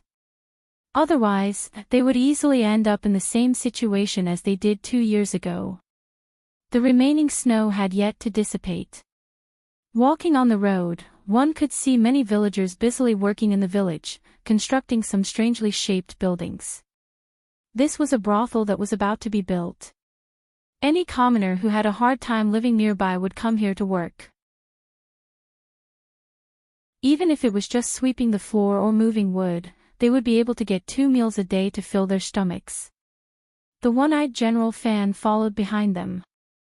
Looking at the busy people in the distance, he asked in puzzlement, "Your Highness, we are giving out porridge to help the people. Why do we have to make them do all this work? What's the point of building these extra houses? Can't we just give them food?" Prime Minister Wang shook his head and explained, "Because we want the people to know that their porridge and rice are earned through their hard work, not by our charity. It's hard to predict a person's heart. The more we give, the more it will backfire in the end." After saying that, he looked at the one-eyed general and said, "Although you are a general, you can't stop learning. When you go back, General Fan, you must read more books. What I just said is written in the books." At this moment, General Fan could only nod in agreement. Although he still had doubts in his heart, he didn't dare to ask further. At this time, 2 men carrying a piece of wood walked past them. One of them sighed and said, "Tell me, the person with the mandate of heaven that the Empress spoke of, when will he come? When will these bitter days come to an end?" The other man curled his lips and said, "You should be content. Moving logs for a day is enough for your family to eat for several days. What kind of bitter days is this? Who doesn't wish for a better life?" The man paused and suddenly said, "Have you heard that the person with the mandate of heaven that the Empress spoke of can save the people is actually Princess Duanrong?" The man was stunned. He asked, "Where did you hear this?" "Everyone says that when the Empress gave birth to Princess Duanrong, a phoenix landed in the palace and circled around for 3 days before flying away. There are also people who say that Princess Duanrong was able to speak when she was born. When she was born, there was a strange fragrance that wafted for 10 miles. The majority of the imperial capital could smell it. When mortals smelled it, they would feel refreshed and all illnesses would disappear." Someone walked over and heard their conversation. He said in surprise, "Is that true or false? Being born with a human tongue and accompanied by a strange fragrance, that is the sign of a saint appearing in the world." The man carrying the logs shook his head and said, "I don't know if it's true or false, but I've also heard that this is the sign of an emperor. In ancient times, all those who had these signs eventually became emperors." The passerby disdainfully said, "Forget it. Princess Duanrong is a woman. Can a woman become an emperor?" The gaze of the man carrying the logs became even more disdainful. He said, "I said that you are ignorant and inexperienced, but you don't believe me. Let's not talk about the distant past and just talk about the recent past. The emperor of the Jing Kingdom is a woman. She governs the country better than men, so why can't the emperor of my Wu Kingdom be a woman?" The passerby was startled and asked in surprise, "Is there really such a thing? Why would I lie to you?" The man carrying the logs pretended to be profound and said, "If one person says it's false, then 100 or 1,000 people say it. How can it be false? I have to explain it to you." Not far away, a steward looked over and shouted, "You two, what are you doing? Have you finished moving the logs?" Do you want to eat or not? If you don't want to move, there are still others. The man shivered and immediately said, I'm coming, I'm coming. Don't move. Don't touch my logs. If anyone touches my logs, I'll fight them. The passerby was startled for a long time. He looked at a young man passing by and asked, what he said just now, was it all true? Li nodded and said, it's not just that. When Princess Duan Rong was born, beautiful stars appeared and auspicious clouds appeared. The Phoenix Cry imperial capital was filled with the emperor's aura. At that time, a wandering Taoist who passed by the imperial palace said that this was the fate of the emperor. A person with this kind of fate would definitely become the emperor in the future. Only when the passerby walked away in a daze did General Fan rub his head and say with some surprise, when Her Highness was born, I was standing guard at the city gates. At that time, there was no phoenix, nor was there any fragrance. As for those beautiful stars and auspicious clouds, that's even more nonsense. Who was the one who spread those rumors? To dare spread rumors about the princess, I'll skin them alive. Wei Liang, who had just returned, looked at him and finally couldn't help but say, Old Fan, why don't you stop leading the troops and supervise those people moving the logs? That job is easy and doesn't need to use your brain. It's very suitable for you. The one-eyed general was startled and asked, what do you mean? Yang Liuqing blushed a little. Although she knew the purpose of the brothel spreading these rumors, she still felt a little embarrassed in front of so many people. Li Yi looked at her and comforted her, these are all nothing. In the past, there was a shameless fellow who said that he wasn't human and that he would transform into a dragon when he encountered a storm. Those who achieved great things did not bother with trifles. He didn't say that when she was born, the word Empress was written on her palm. That was already very restrained. To become an emperor, one must first learn to be shameless. She didn't know how shameless Li Xian was as an emperor. He even needed someone to help manage the country. Let's not think about this for now. He looked at Yang Liuqing and said, after we take down Cangzhou, we'll be busy for a period of time. Cangzhou's capital. The provincial governor of Cangzhou sneezed and rubbed his nose. He asked, have you investigated the matter that I asked you to investigate? Below, a low-ranking official nodded and said, reporting to Lord, I've investigated everything. That holy religion is nothing more than a group of self-proclaimed chivalrous people. They help the commoners to suppress bandits and distribute food everywhere. They say that they want to punish the powerful and help the people. In troubled times, there were many chivalrous people who lacked a single thought. It was fine as long as they didn't rebel. The provincial governor of Cangzhou relaxed and said, I understand. You can leave. This lowly official takes his leave. The low-ranking official bowed and left. The provincial governor of Cangzhou couldn't help but sneeze again. He rubbed his nose and mumbled, I didn't catch a cold last night. He stood up. For some reason, he had an ominous premonition in his heart. The low-ranking official walked out of the room and into the courtyard. When he brushed past two bailiffs, he raised his hand slightly and extended 3 fingers.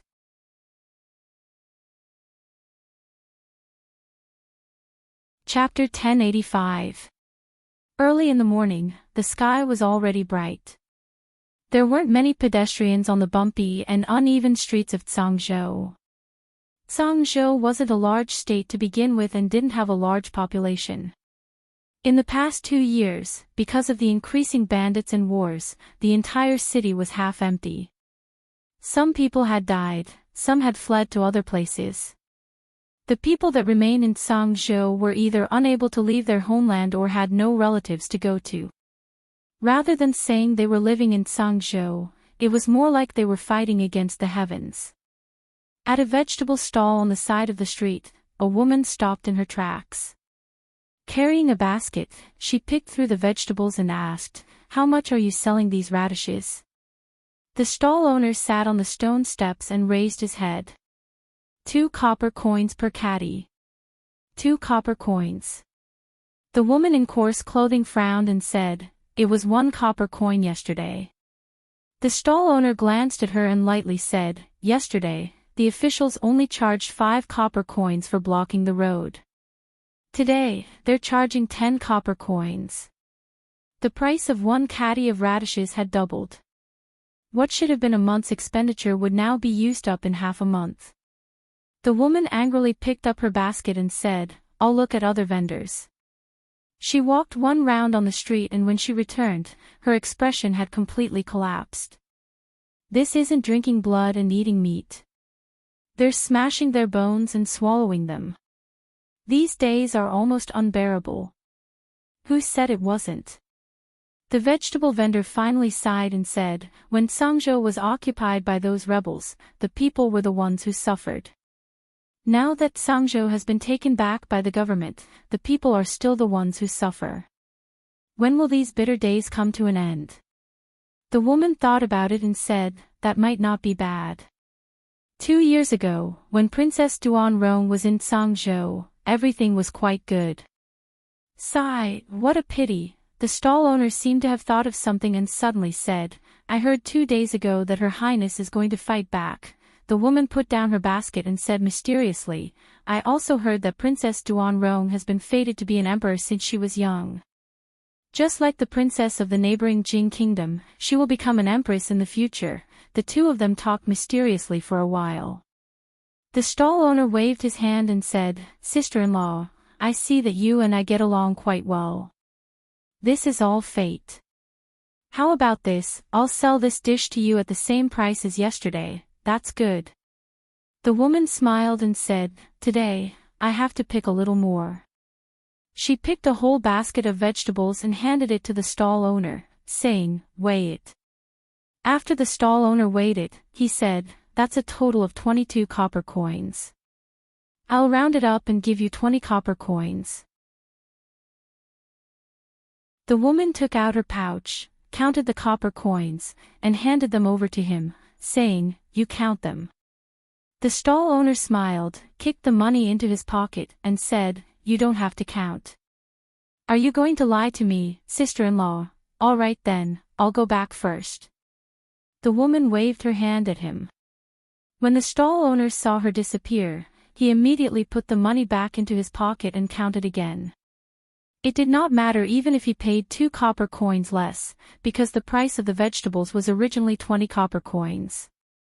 He added a small change and wiped off another small change.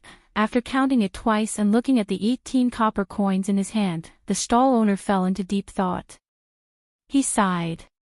The moral degeneration of the world was getting worse day by day, and people's hearts were no longer what they used to be.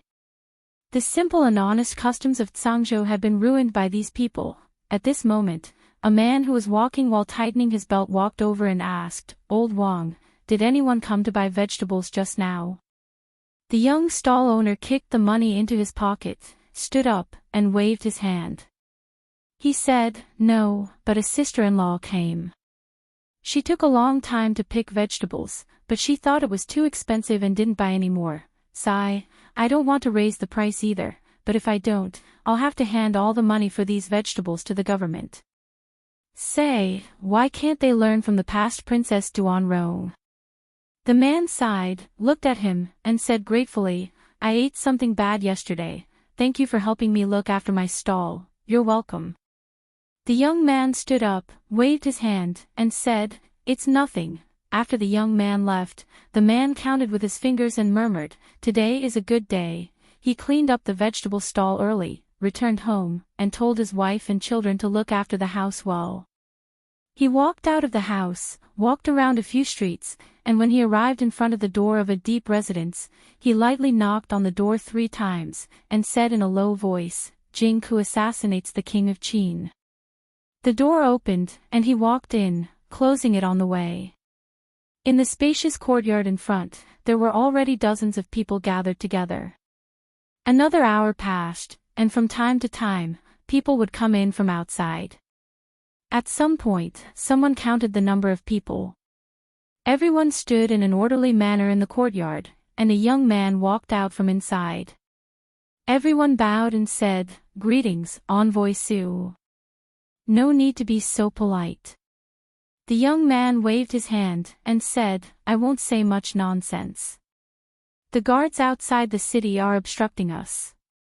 Tonight, our mission is to attack the provincial governor's manor. Our people are already prepared inside the provincial governor's manor. You must remember, we are different from those rebels. After attacking the provincial governor's manor, you are not allowed to rob or kill. If there is a violation, you will be punished according to the sect rules. Yes. Everyone answered in unison. In the provincial governor's manor, for some reason, the Tsangzhou provincial governor kept feeling uneasy tonight. The sky had already darkened. He walked out of the hall and into the courtyard, pacing back and forth anxiously. A figure walked into the courtyard from outside and walked to his side, asking with concern, Darren, what's wrong? The Tsangzhou provincial governor looked at the advisor beside him and asked, Is there still no news of Princess Duanrong?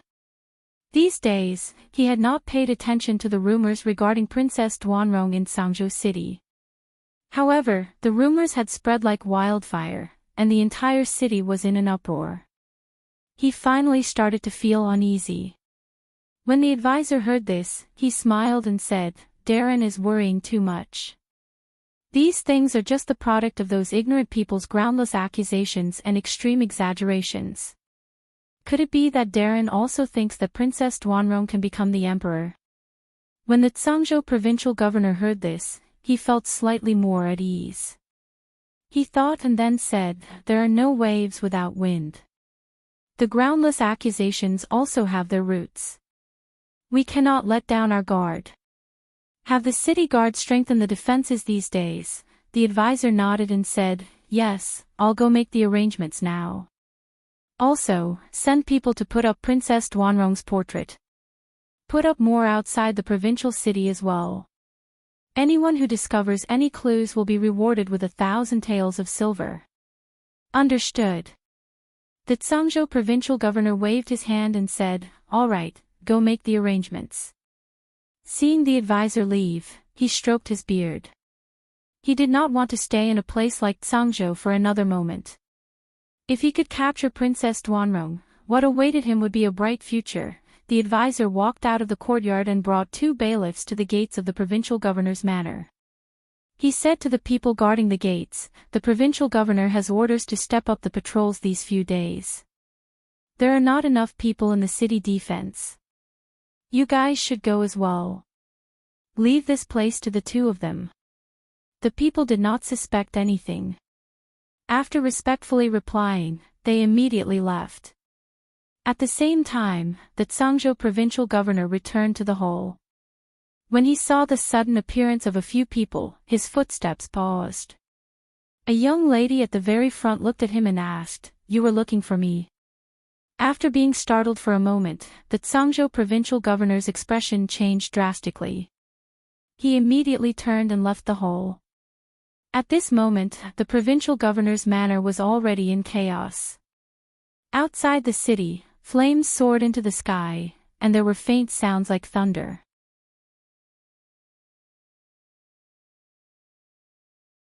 Chapter 1086. The Tsangzhou provincial governor stood in the courtyard. When he saw several figures walking out of the hall, his legs went soft, and he collapsed to the ground. General Wei, General Qin, Duke, Princess, he finally realized where that ominous premonition in his heart these past few days came from. They fought back again. The provincial governor's manor was already in chaos. Those rebels rushed in.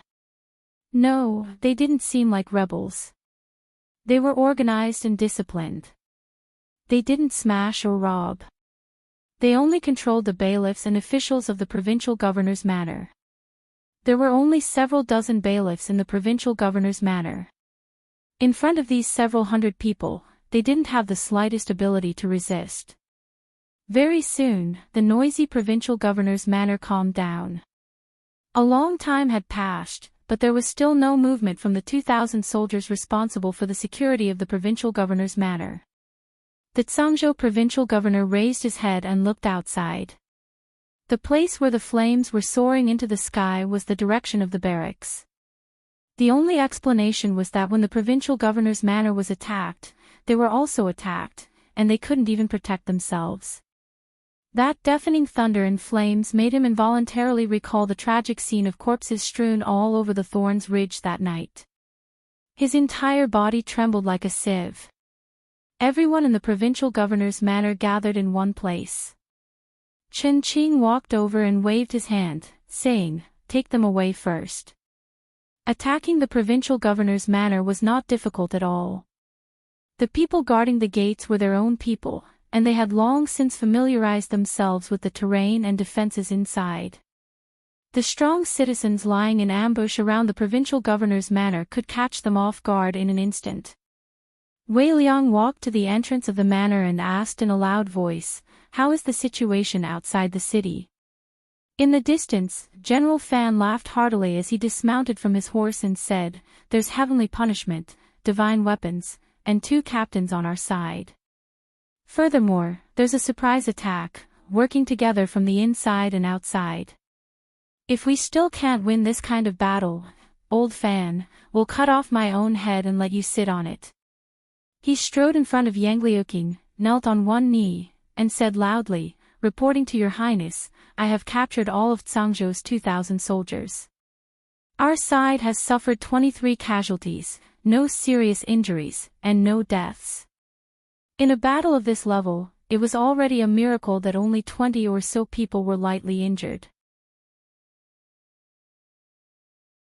However, considering the circumstances of the ambush, the difference in equipment, and the fact that 2 of the 4 lieutenants had defected, the first thing they did when they attacked was to take down the general and the other 2 lieutenants.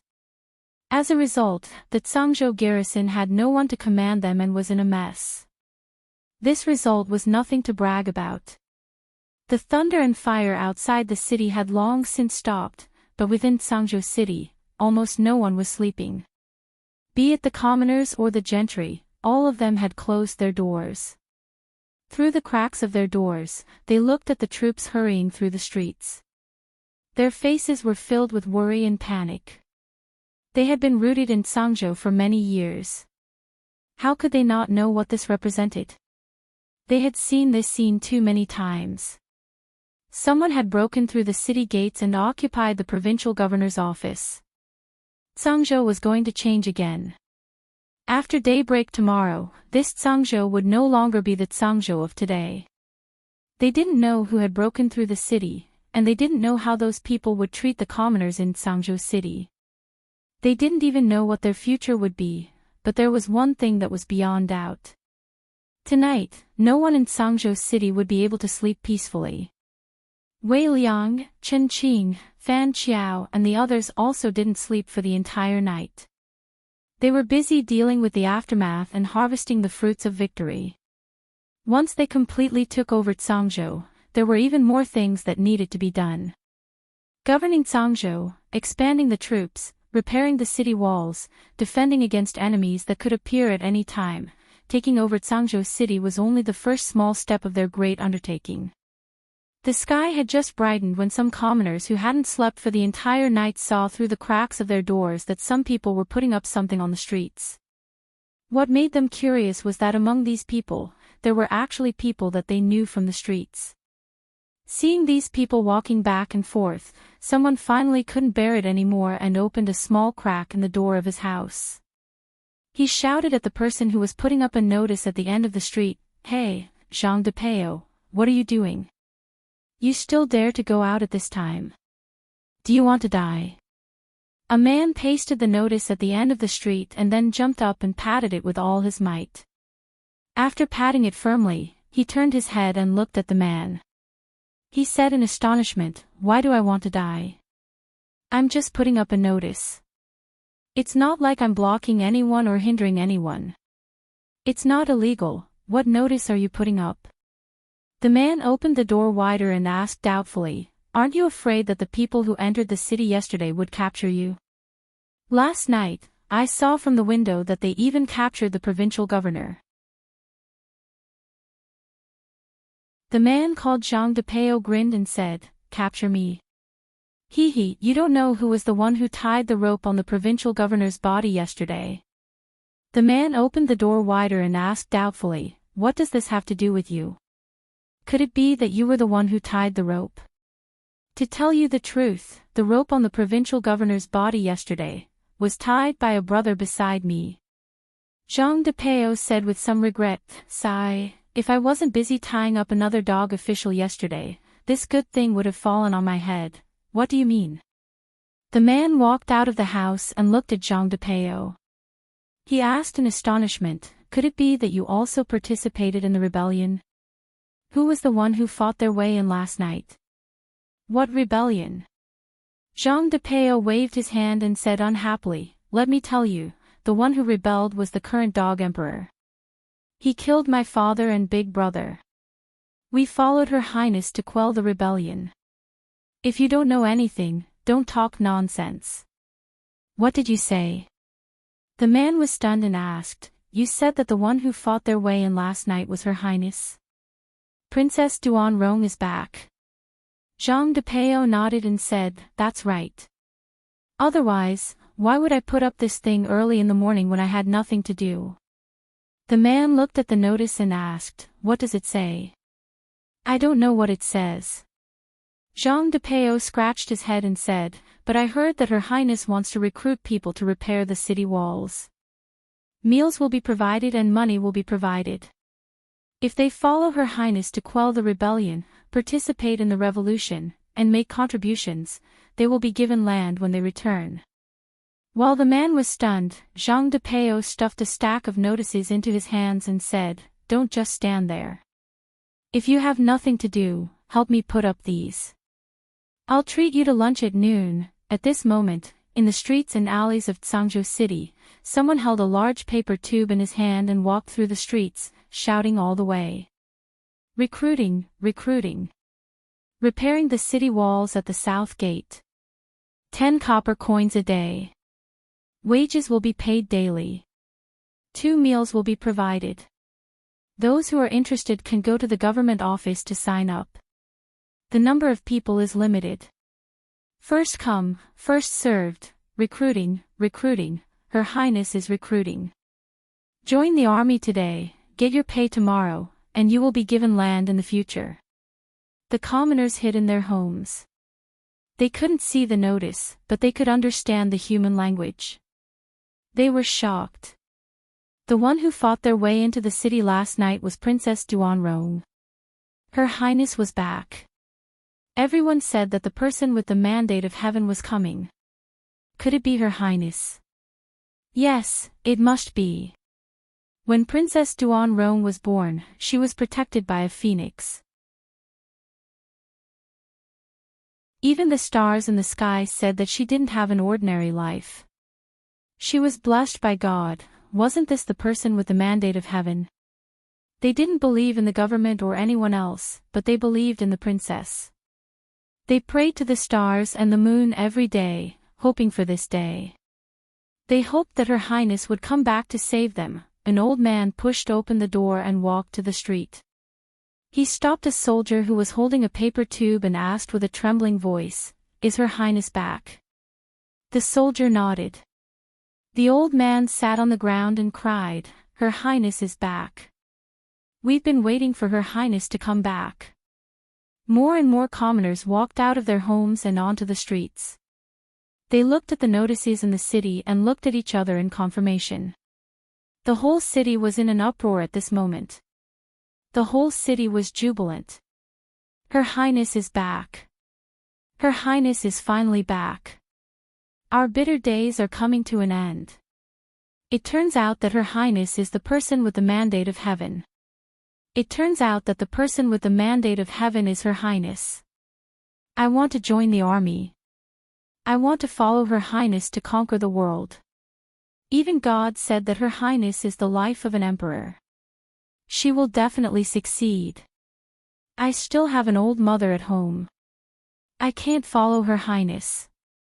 I plan to sign up to build the city wall and make the wall thicker so that no one can break in.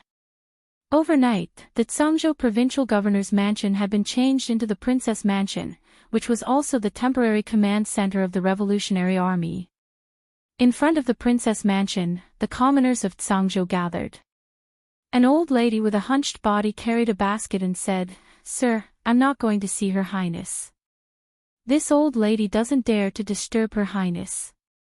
This basket of eggs was laid by the old hen at home. Please help me to bring them in. This old lady has no strength to build the city wall or fight. This is a small gift for the soldiers to nourish their bodies. A strong man carried half a bag of pork on his back and put it on the steps of the door. He said, "This meat is for the soldiers. I won't sell meat in the future. I will join the army tomorrow. These few bolts of cloth are for the soldiers to make clothes. These 2 fishes were just caught yesterday. I can't take out anything else." This is a small gift. The crowd consciously moved forward bit by bit. People said 1 or 2 words, or simply said nothing. They put down the things and turned to leave. The people's hearts and destiny. Li Yi and Mississippi Lu sat side by side on the roof. He patted her thigh and pointed to the crowd below. He sighed and said, "Do you see? This is the real person with the mandate of heaven."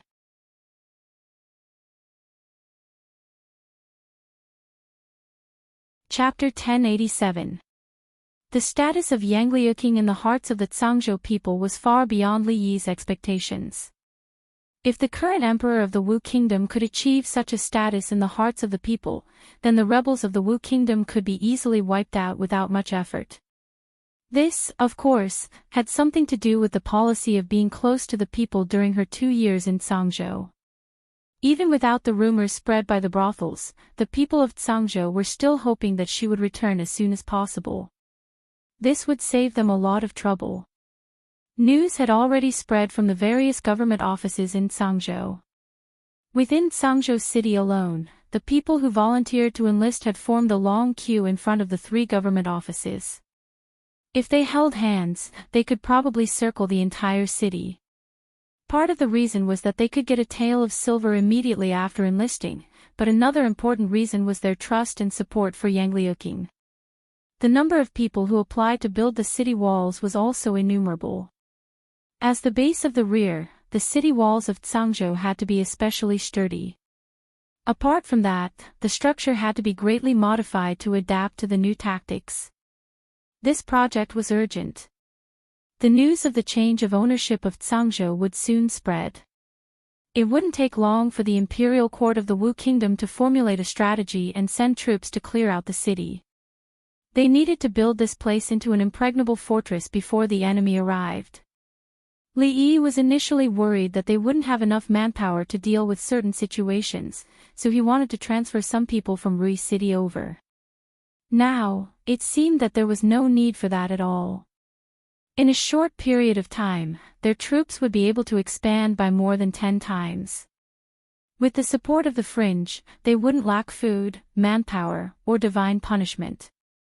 Soon, they wouldn't even lack Italian cannons.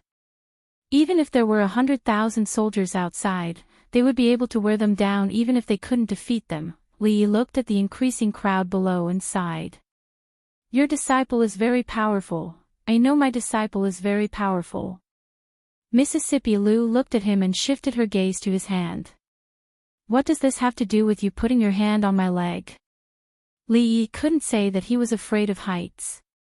When Mississippi Lu brought him up, she didn't consider his opinion. If he didn't grab something with his hand, he wouldn't feel at ease. The officials didn't want to change and didn't care about governance. They only wanted to squeeze the last drop of blood from the people. The Wu Kingdom's imperial court had long lost its credibility in Tsangzhou. This made it especially smooth when Yang Liuqing took over Tsangzhou. The people lined the streets to welcome them and were extremely cooperative with their work in Tsangzhou. If the citizens of the other prefectures and prefectures of the Wu country were to cooperate as well, then his precious martial nephew would only need to raise his voice and the emperor of the Wu country would only be able to stay in the imperial palace. He might even be killed in his sleep by some eunuch or palace maid. Of course, revolution couldn't be imagined. It had to be done step by step and be down to earth. Li Yi put his hands behind his head and lay down. Looking at the rare blue sky in winter, he suddenly asked, Rui, after we defeat the imperial court of the Wu Kingdom and Yangliuking becomes the empress, what are your plans? Mississippi Lu had already realized her dream of becoming the king of bandits. Even her disciple was about to realize her dream of becoming a king. The only two things in life that hadn't been fulfilled was that as a martial artist, she hadn't become a martial arts master yet. As a woman, she hadn't found the man she could rely on for the rest of her life. The former was an illusory realm that could only be encountered and not sought. It could only be left to fate. The latter couldn't be forced, couldn't be found, couldn't be begged. Although it couldn't be forced, there was an old saying that said, I've been looking for him in the crowd for thousands of times, but when I suddenly look back, he's in the dim light. It made some sense. Mississippi Lu thought for a while and lay down beside him. She said, in this world, there are still many places that I haven't been to. Maybe I'll go for a walk alone, wearing fresh clothes and riding a horse, holding a sword. Since the Lantern Festival that year, Mississippi Lu's literacy level had soared at a terrifying speed. She didn't know many words, but now she could casually recite poems and idioms, sometimes quoting from the classics. Even he had to think about it to understand. Now, she was wearing fresh clothes and riding a horse, holding a sword, and seemed to be changing into a literary heroine. Mississippi Lu looked up at the sky and said, What about you? Are you going to get to know another princess of the Qi Kingdom? Why would I get to know a princess of the Qi Kingdom? Li glanced at her and said, When things here are over, I'll go back to the capital, and then what? And then? That's not the point. Where were we just now? How can you travel alone with a sword? Jianghu is dangerous, and it's too dangerous for a girl to travel alone. On the roof, Li Yi and Rui were talking about life, dreams, and romantic things. In the conference room, Yangliuking was already discussing the next step of the plan with the higher-ups in the army. Prime Minister Wang stood up and walked to a small board. He said, Now that we've taken over Changzhou and purged most of the bandits in the city, the conflict between the people, the government, and the bandits has been eliminated. However, for the people, the most important thing is land, the means of production, and the conflict with the rich and powerful landowners. Jiang of Silla's suggestion is that we can't kill them all at once. We should attack some of them and draw some of them to our side. After the old man with the surname Wang finished, Wei Liang stood up and walked to a huge map. He pointed at the area around Changzhou and said, These 5 provinces are very close to Changzhou. Among them, Nanzhou is an important military town with more than 10,000 soldiers. The other 4 provinces can also gather nearly 10,000 soldiers. In other words, when the news from Changzhou reaches the imperial court, we may be surrounded and attacked by 20,000 soldiers. A revolution can't be built in one place. We have to defend Changzhou, but we also need to expand the war as soon as possible. We need to unite all the rebel forces in these 5 provinces and create even more chaos. The news from Changzhou will soon reach the imperial capital. We don't have much time left. November of the 4th year of Wu Yuan. Everyone in Changzhou was a soldier. Her Highness had entered Changzhou half a month ago. Although most of the people had been waiting for this for a long time, there was no doubt that the imperial court would not ignore this. They would soon face the imperial court's purge. Before this, they needed to build the city walls even thicker, taller, and sturdier. Only then would they be able to stop the incoming enemies. The notice personally written by the former prime minister had already spread throughout Changzhou. The current emperor had killed his brother and father, ignoring the will of the heavens. He had already lost the virtue of an emperor. He had also caused the entire Wu kingdom to fall apart, and rebels were rising everywhere. He was no longer fit to be an emperor. At this time, the emperor's star had fallen, and the celestial phenomenon had given a warning. Princess Duanrong had followed the will of the previous emperor and raised troops to suppress the rebels. This notice had been pasted throughout the streets and alleys of Tsangzhou within half a day. It was also spread by storytellers in the brothels and gradually spread to even further places. In the great hall within the palace walls of the imperial capital of the Wu Kingdom. Pa! The martial emperor's face was ashen. In front of the hundreds of officials in the imperial court, he suddenly threw down a memorial. The notice contained within the memorial landed next to the feet of an official. I really have a good sister. Pass down my order. Order the governor of Nan province to be the great general of white cavalry. He will lead the troops guarding the 5 provinces and immediately set out to recapture Tsangzhou. He looked down with a sinister gaze and gritted his teeth. At all costs.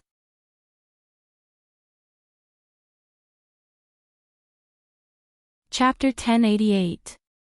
Stop the rebellion in Tsangzhou at all costs, dead or alive. The court was silent. All the civil and military officials lowered their heads in silence. Only the martial emperor's angry voice echoed. It wasn't until the court was over and the officials walked out of the main hall and the palace gates that the oppressive atmosphere showed signs of dissipating. An official caught up with a general in front and asked in a low voice, General Qing, what's going on? Didn't King Jing die a long time ago? What's going on with the rebellion in Tsangzhou? If you have any questions, you can ask His Majesty personally. I still have important matters to attend to, so I'll take my leave first. The general cupped his hands casually and strode away. The official looked at his back and shook his head helplessly. Princess Duanrong and King Jing had always been thorns in His Majesty's heart. Other than confidants like General Qing, who dared to mention them in front of His Majesty. No matter how many people in the Wu Kingdom rebelled and proclaimed themselves as kings, they were still rebels. However, Princess Duanrong and King Jing were different. They were of the same origin as His Majesty and were both legitimate members of the Wu Kingdom. Justice stood on their side. His Majesty was afraid. After 2 years, Princess Duanrong had made a comeback. Tsangzhou was suddenly seized, and Prime Minister Wang had personally written the surrender document, which revealed almost all his evil deeds to the public. The document had even reached the imperial capital. Before long, all the people in the Wu Kingdom would know that their emperor had killed his brother and father and slaughtered his entire clan.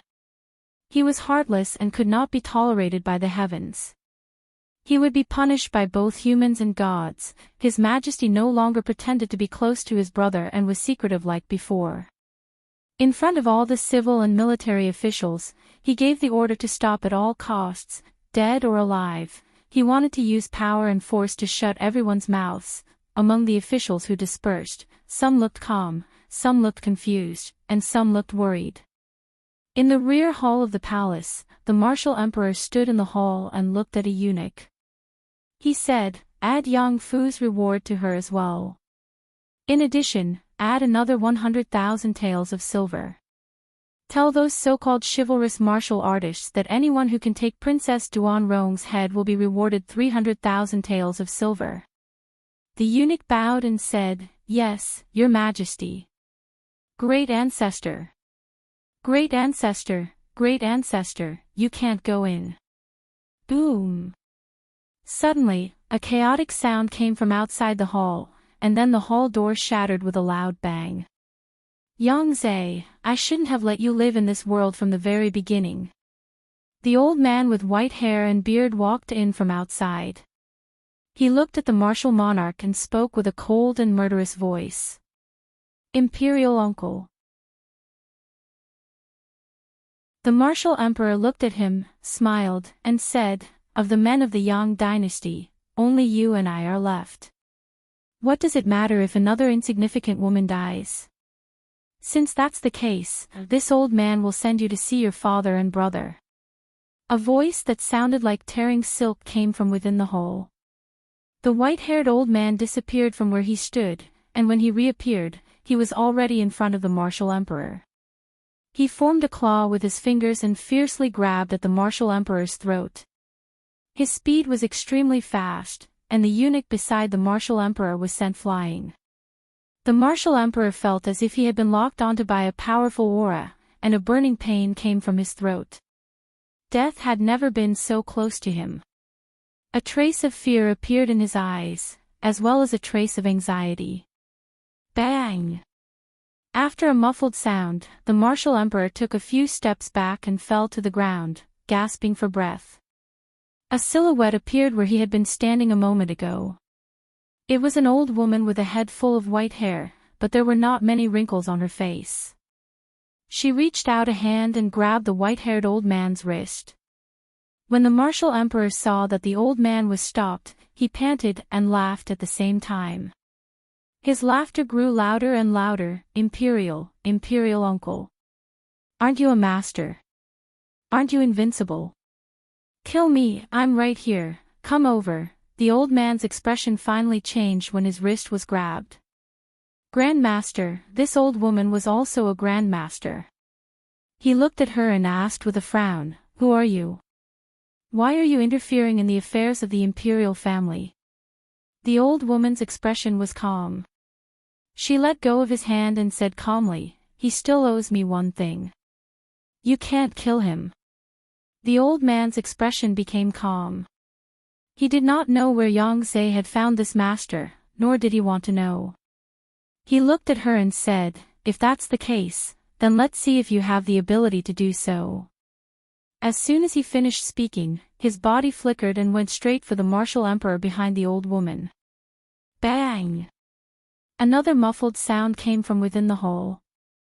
The old woman's figure was even faster than him. She appeared in front of the martial emperor and blocked his path once again. The smile on the martial emperor's face became even wider, and he said mockingly, Imperial uncle, if you don't hurry over, I'm afraid you can only collect the corpse of your most beloved Princess Duanrong. The white-haired old man stood where he was, but he no longer attacked. Instead, he looked at the old woman with a bewildered and uncertain gaze and asked, pursuing shadow. Who are you to Su Tian? You know Su Tian. The old woman's expression changed for the first time. Her voice suddenly rose, and it even sounded a little sharp. This pursuing shadow movement technique was created by that old man when he was young, and it was also the thing that he was most proud of.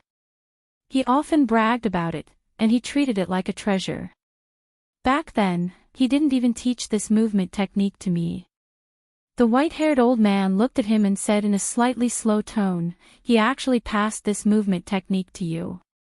Could it be that you're a disciple that he took later on? The old woman didn't answer him. After the initial excitement, her emotions had already calmed down, and she asked, are you very familiar with Su Tian? The white-haired old man said, when we were young, we could be considered to be close friends. The old woman's gaze was blank as she muttered, close friends? Back then, the two of us were only a step away from becoming a grandmaster. We made a bet on who would be the first to break through that barrier. When the white-haired old man recalled the past, he didn't notice the resentment and jealousy in the old woman's voice at all. He was still talking non-stop. Back then, my cultivation level was even higher than his. He was indignant in his heart, and in order to win against me, he cut off all distracting thoughts, abandoned everything, and went into closed-door training for several years. The old woman closed her eyes and muttered, in order to win against you, he cut off all distracting thoughts, abandoned everything, and went into closed-door training for several years. She deliberately emphasized the words cut off and abandon. The old man nodded, and then asked doubtfully, since you're his disciple, did he never mention me to you? As soon as he finished speaking, his expression suddenly changed. He raised an arm, clenched his other hand into a fist, and suddenly punched forward. Bang! His body flew backward, and a trace of blood flowed from the corner of his mouth. He glared angrily at the old woman, who also spat out blood, and said angrily, are you crazy? The old woman didn't speak, and what responded to him was an attack that was even fiercer than before. Crazy woman, crazy woman. Stop, if this goes on, both of us will only suffer. Stop, I know Su Tian, I know Su Tian. Ever since he arrived at the Wu Kingdom, Su was often in a daze, as if he was immersed in some kind of memory. He didn't say anything, and Li Yi was too embarrassed to ask. He had been sitting there alone for a long time, and the meat on the drumstick had been eaten clean by him. Even the bones were full of teeth marks. A black dog had been squatting not far away from him since he took the drumstick. The dog's eyes were wide open, and it looked at him without blinking. The dog's eyes were originally full of hope, but now they were close to despair. When Fong walked in from outside, Li Yi finally couldn't help but say, "Go to the kitchen and tell them to add another drumstick for Su later. I'll add the drumstick later." Fong shook his head and handed a letter to Li Yi, saying, "Young master, you should take a look at this first." Li Yi opened the letter, and after reading it, he shook his head slightly. 300,000 taels of silver to buy the life of his beloved martial nephew. This was the most stingy emperor he had ever seen. Mississippi Lu's disciple, his martial nephew of the Jiang of Silla, was only worth 300,000 taels of silver. He thought for a moment, looked at Fong, and said, "Inform Lu Luo to send out hero posters, offering a reward of 1 million taels of silver for the head of the emperor of the Wu Kingdom, and 10 divine weapons that could cut through hair as if they were mud. They are accepting custom orders, and free shipping is included. In addition, 10,000 points on the hero ranking list will be rewarded. You can also customize a novel with the theme of martial arts heroes based on the hero himself, and the novel will be spread in the brothel."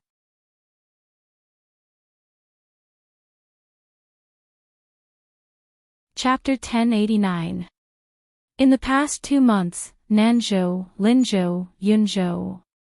These 5 states have been mobilizing their troops frequently. Our spies have reported that the military governor of Nanzhou has been temporarily appointed as the great general of cavalry. They want to gather the troops of the 5 states and take down Cangzhou in one fell swoop. Wei Liang stood in front of a huge sand table. He had planted 5 flags around a sand dune with the word Cangzhou written on it. He pointed at the flag in the middle and drew a line with a tree branch. He said, "These 5 states have about 20,000 troops that can be mobilized at the moment. They have been secretly mobilizing for 2 months. In half a month at most, they will directly attack Cangzhou." Li Yi stood outside the door and listened to the analysis of the battle situation for a while. He wasn't surprised and walked away slowly. He had thought that the imperial court's counterattack would be swift and fierce. Who would have thought that after he went back for the new year, 2 to 3 months had passed? He had already brought Rui and the others to Cangzhou for a vacation, and the other party was still mobilizing their troops. Let them do it. There was no hurry. There were more than 20,000 people. As long as this number didn't increase tenfold, Cangzhou would be fine. After they took down Cangzhou a few months ago, they had recruited many citizens. Now, their troops had expanded to more than 10,000 people. During this time, Wei Liang and the others had distributed some experienced soldiers to train the new recruits. When Li Yi returned to the army camp after 2 months, the army looked completely different. The joint attack of the 5 states this time was the determination of the imperial court of the Wu Kingdom. To them, it was an opportunity that they had been waiting for a long time. Su Zheng had already brought people to those states before the new year. Due to the heavily guarded armies in those states, there hadn't been any big movements. They could only develop in secret. Mississippi Lu had also brought people to subdue a few rebel forces and had long since set her eyes on the state capital. Everything was ready. They were just waiting for them to attack. It wasn't that everything was ready. They still lacked a few scripts. The new drama, The Legend of the Assassin, that had been released in the Wu Kingdom was about to end. In a tea house outside the state capital of a certain state in the Wu Kingdom. There is a saying in the history books, Zhuangzhu's assassination of Wang Liao was like a comet striking the moon, Nie Zheng's assassination of Han Qiao was like a white rainbow piercing the sun. Yao Li's assassination of Qin Ji was like a hawk striking the palace. In the shabby tea house, an old man with a grizzled beard sat at the very front. His voice rose and fell in cadence. In ancient times, some powerful assassins would even be warned by celestial phenomena when they took action. According to legend, when Zhuanzhu assassinated King Liao of Wu, the tail of a comet swept across the moon. When Ye Zheng assassinated Hanan, a white light shot straight up to the sun. When Yao Li assassinated Qin Ji, a goshawk swooped down on the palace. These three are the three great assassins we'll be talking about today. Although the tea house wasn't overcrowded, there were no empty seats. There were ordinary people taking a break in the tea house, as well as travel-worn swordsmen holding swords and knives. However, most of them were Jianghu people carrying weapons. They were all attracted by the old man's story. When he heard something happy, he would take out a copper coin from his pocket and place it in a broken bowl in front of the old man. The Jianghu and the court seemed to be very far apart, but they were actually very closely related. What happened in the court was closely related to the Jianghu. Once the court collapsed, the Jianghu people wouldn't be able to stand alone. The Wu kingdom revered martial arts.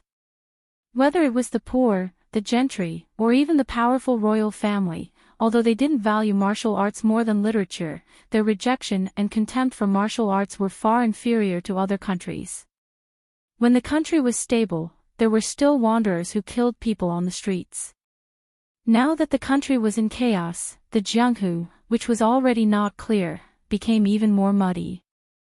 The so-called chivalrous people relied on their martial arts to despise the law and viewed human life as nothing more than grass. They hired assassins to kill, offered rewards for assassinations. They couldn't stop despite being banned. Because of their martial arts, they were naturally very interested in the stories of the Jianghu. These days, the heroic stories that circulated in the brothels and small storytelling houses in the various provinces were very popular in the Jianghu. What the old man was talking about was the biography of the assassins. It recorded dozens of assassin stories from ancient to modern times. They weren't just simple stories about chivalrous people in the Jianghu. Some of them involved brotherhood, love between men and women, and there was no lack of chivalrous people who served their country and its people. At the same time, there was also a list of assassins in the Jianghu. The list recorded the famous assassins in the Wu kingdom. Behind them, there was a detailed list of the person's life story and the reason why they were on the list. These things had been circulating in the Jianghu in the past in the Wu kingdom, but no one had ever organized these things together and made such a ranking. There were 10 positions on the list, and there were only 9 assassins. No one knew who made this list, but there was a sentence that almost everyone knew. There were only 10 positions on the list, and only these 10 people could be called assassins.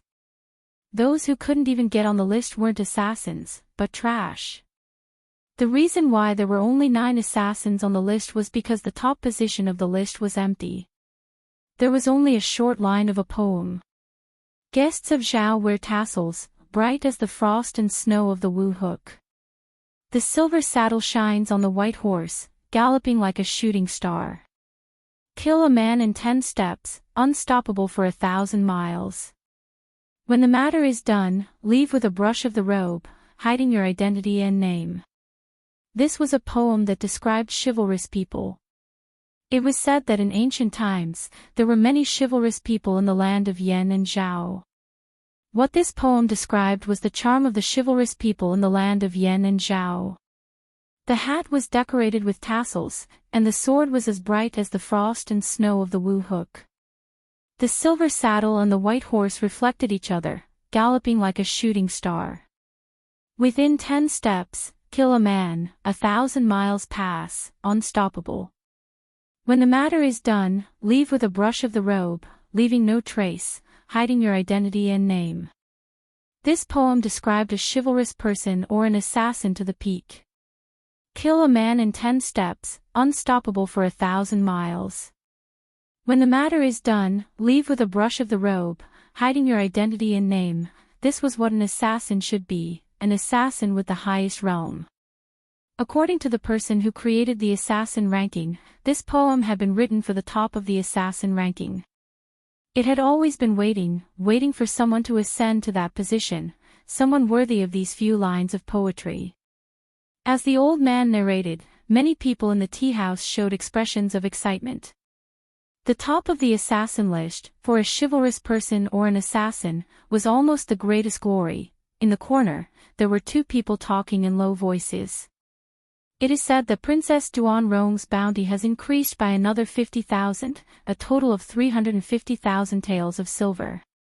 If we can succeed, we should be qualified to be the top of the assassin list, right? There has never been such a high bounty. If we can't even do this, who else is qualified? Who knows how many people have gathered in Sangzhou, and they all have the same goal as us. It is easier said than done to succeed. As the two people talked in low voices, a sneer suddenly came from beside them. What the two of you are talking about is old news. A man with a knife at the next table turned to look at them and said, on the bounty list, the highest bounty is 1,000,000 taels of silver and 10 divine weapons. To be favored by a storyteller, to help you become famous, to receive guidance from a grandmaster, and to be able to ascend to the top of the assassin list in one go. You two must not pay attention to current affairs, right? In the corner, someone was startled and said with a smile, "Brother, I'm afraid you're dreaming. 1,000,000 taels of silver, 10 divine weapons, and guidance from a grandmaster. Whose head is worth so much silver? You must have met a swindler, right?" The other person nodded and said, "Everyone knows that this bounty on Princess Duanrong was actually inspired by the current emperor. Could it be that in this Wu kingdom, there is someone more wealthy and trustworthy than the emperor?" Hearing this, the man smiled and said, "If the current emperor is trustworthy, then those traitors who were recruited by the imperial court to ambush Princess Duanrong would not have disappeared from the imperial capital." Hearing this, the two people were startled and asked, "Then do you have proof of what you said?" That 1,000,000 taels of silver and 10 divine weapons has already been verified by 10 legendary figures of the martial world. Go out and ask around, and you will know. The two people still did not believe it, and asked suspiciously, "In this world, whose head is so valuable?" The man stretched out a finger and pointed to the sky. The two people were startled again, and then their expressions changed at the same time. One of them had a terrified expression and asked, "Who has eaten the heart of a bear and the heart of a leopard to dare to assassinate the emperor?" Let's stop here for today. In front, the old man tidied up the stall and said, "Tomorrow, we will talk about Jingku assassinating the king of Qin." He waved his hand and said, "Same old time, same old place. We will not leave until we see each other."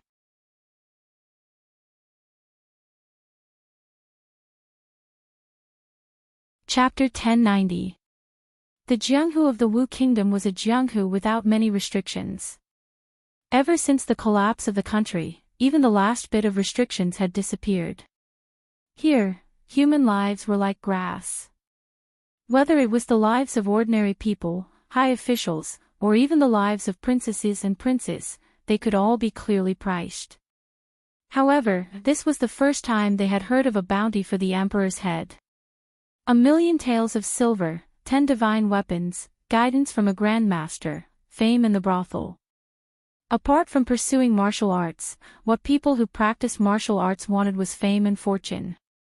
This assassination mission almost satisfied all of their desires. There were countless people in the Wu Kingdom who wanted to rebel and kill the emperor, but this was worlds apart from putting the emperor's head on a bounty list with a clear price. Come to think of it, assassinating an emperor was much more difficult than assassinating a princess, and it was easier to become famous. None of the famous assassins in history had become famous by assassinating a princess. Regardless of whether there was such a bold assassin, the fact that he dared to accept this mission and put a bounty on the emperor's head was a pioneering act that was rarely seen in the Jianghu for hundreds of years. It was widely spread throughout the entire Wu Kingdom. With such a generous bounty and conditions, there were naturally many people who were tempted. However, the emperor had lived in the depths of the palace for a long time, and there were countless guards around him. There were many experts in the palace. Without the strength of a grandmaster, it was easier said than done to sneak into the palace and assassinate him. Unless there was a way for him to walk out of the depths of the palace and out of the imperial capital. In the imperial capital, the officials had just left the court, and they were still digesting the news they had just heard. Just now, the emperor had announced in front of the officials that he would personally lead the army to quell the many rebellions in the country. This news was very sudden. Although the emperor personally leading the army could greatly increase morale, it would also bring greater problems. They could understand the emperor's eagerness. In order to sit on the throne, he had killed his brothers, his father, and his own people. Under the throne, there were mountains of corpses and seas of blood. The people did not accept him and did not recognize him as the emperor. He needed to do some things to stabilize his position. There was nothing better than personally leading the army to quell rebellions and stabilize the situation in the country to establish his prestige as the emperor. Not to mention how to guarantee His Majesty's safety. Just the amount of supplies and fodder that had to be prepared in the early stage would deplete the national treasury's savings. If they were conscripted from all over the country, it would definitely increase the burden on the local government, which would increase the burden on the common people. The common people would not be able to survive and could only revolt. If one rebellion was wiped out, there would probably be 10 more. This was a conflict that could not be resolved. However, it was difficult to disobey the emperor's orders. His Majesty made arbitrary decisions. In the past, there were ministers in the censorate who remonstrated to the death. After they really died, the censorate of the Wu Kingdom only existed in name. None of the civil and military officials dared to disobey his orders. In the rear hall. Your Majesty is wise and mighty, and you command the army like a god. If those traitors knew that Your Majesty was going to lead the army personally, they would have surrendered long ago. There would be no need to waste so much effort. The martial emperor waved his hand, interrupting the flattery of a eunuch, and asked, "Is there any result to the matter I asked you to look into?" "Your Majesty, there is news." The eunuch hurriedly said, "Ever since that day, the old ancestor has not returned to the imperial capital, and that senior has also disappeared. Many people have seen the scene of the two of them fighting outside the imperial capital. He's actually not dead yet." A trace of disappointment appeared on the martial emperor's face, and then he waved his hand and said, "Pass down the order. The things that I need to personally go to the imperial household department, prepare them as soon as possible." "Yes, Your Majesty," the eunuch bowed and replied. Before he could retreat, another eunuch ran in panic and said in panic, Your Majesty, the martial emperor frowned and asked, "Why are you so flustered?"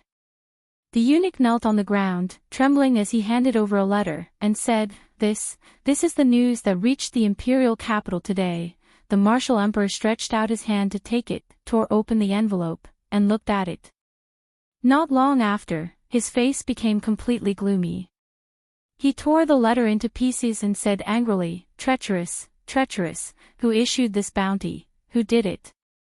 He was so angry that his entire body was trembling, and he roared, Investigate this thoroughly. If I really want to hack this person into pieces, I will execute his entire family." The dignified monarch of a country was actually placed on the bounty list, and his head was worth 1,000,000 taels of silver, and 10 pieces of scrap metal. This was a humiliation that he would never be able to wash away in his lifetime. The eunuch trembled and said, "Your Majesty, I've already investigated. That person did not leave his name, nor did he leave any clues. Trash, what use do I have for trash like you?" The martial emperor waved his hand and said, "Men, drag him out." The eunuch's face was pale as he knelt on the ground, and he hurriedly said, "Your Majesty, spare me." 2 guards with sabers quickly ran in, looked at the eunuch kneeling on the ground, and pulled out the long sabers at their waists. "Stop." The martial emperor looked at them, and his gaze moved to the weapons in their hands. He took 2 steps back and said coldly, "Who allowed you to bring weapons in?" The 2 of them stopped in their tracks and looked at each other with a blank expression. The martial emperor looked at the 2 of them coldly, stepped down. The emperor's recent actions were a little unusual, which puzzled the officials. On the first day, he announced the news of the imperial army personally going into battle, and ordered the officials to prepare immediately, without delay. The next morning, during the morning court, he arranged other matters for the officials in charge of this matter, and did not mention the matter of the imperial army personally going into battle.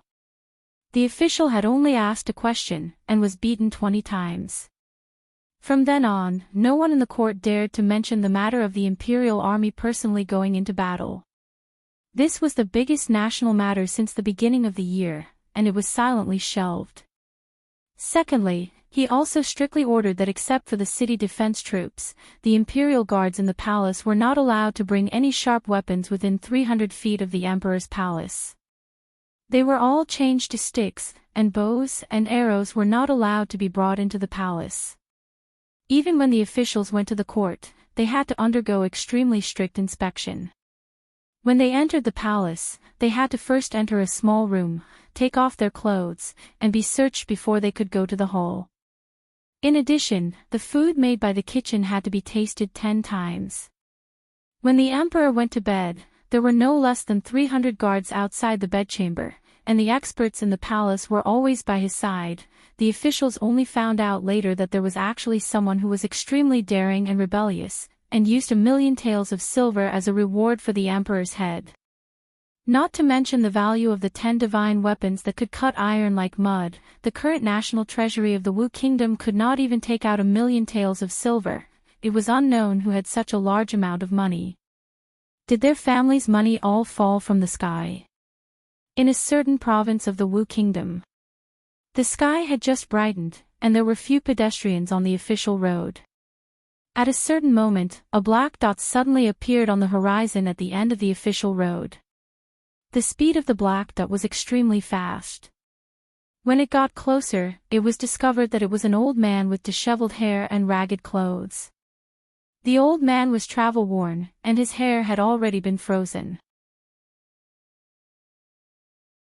There was a trace of blood at the corner of his mouth that had not dried yet.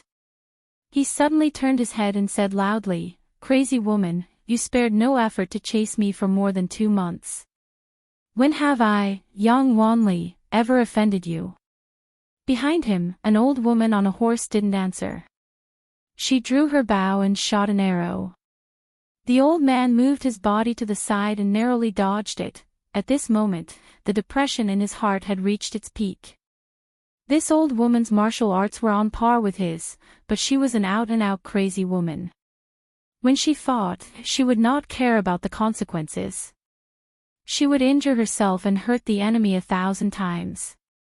Even if he could defeat her, he was afraid that his cultivation level would drop, and his foundation would be destroyed. There would be no hope for him to break through in this lifetime, therefore, he could only avoid her. As a result, she relentlessly chased him for more than 2 months. Even though he was a member of the royal family, had great self-restraint, and had cultivated his character for a long time, he couldn't help but feel angry at this moment. He turned his head and said loudly, "Crazy woman, what enmity do I have with you? Why do you hate me so much? Could it be that this old man stole your man when I was young?" Shio, shio, shio. This time, 3 arrows were shot consecutively.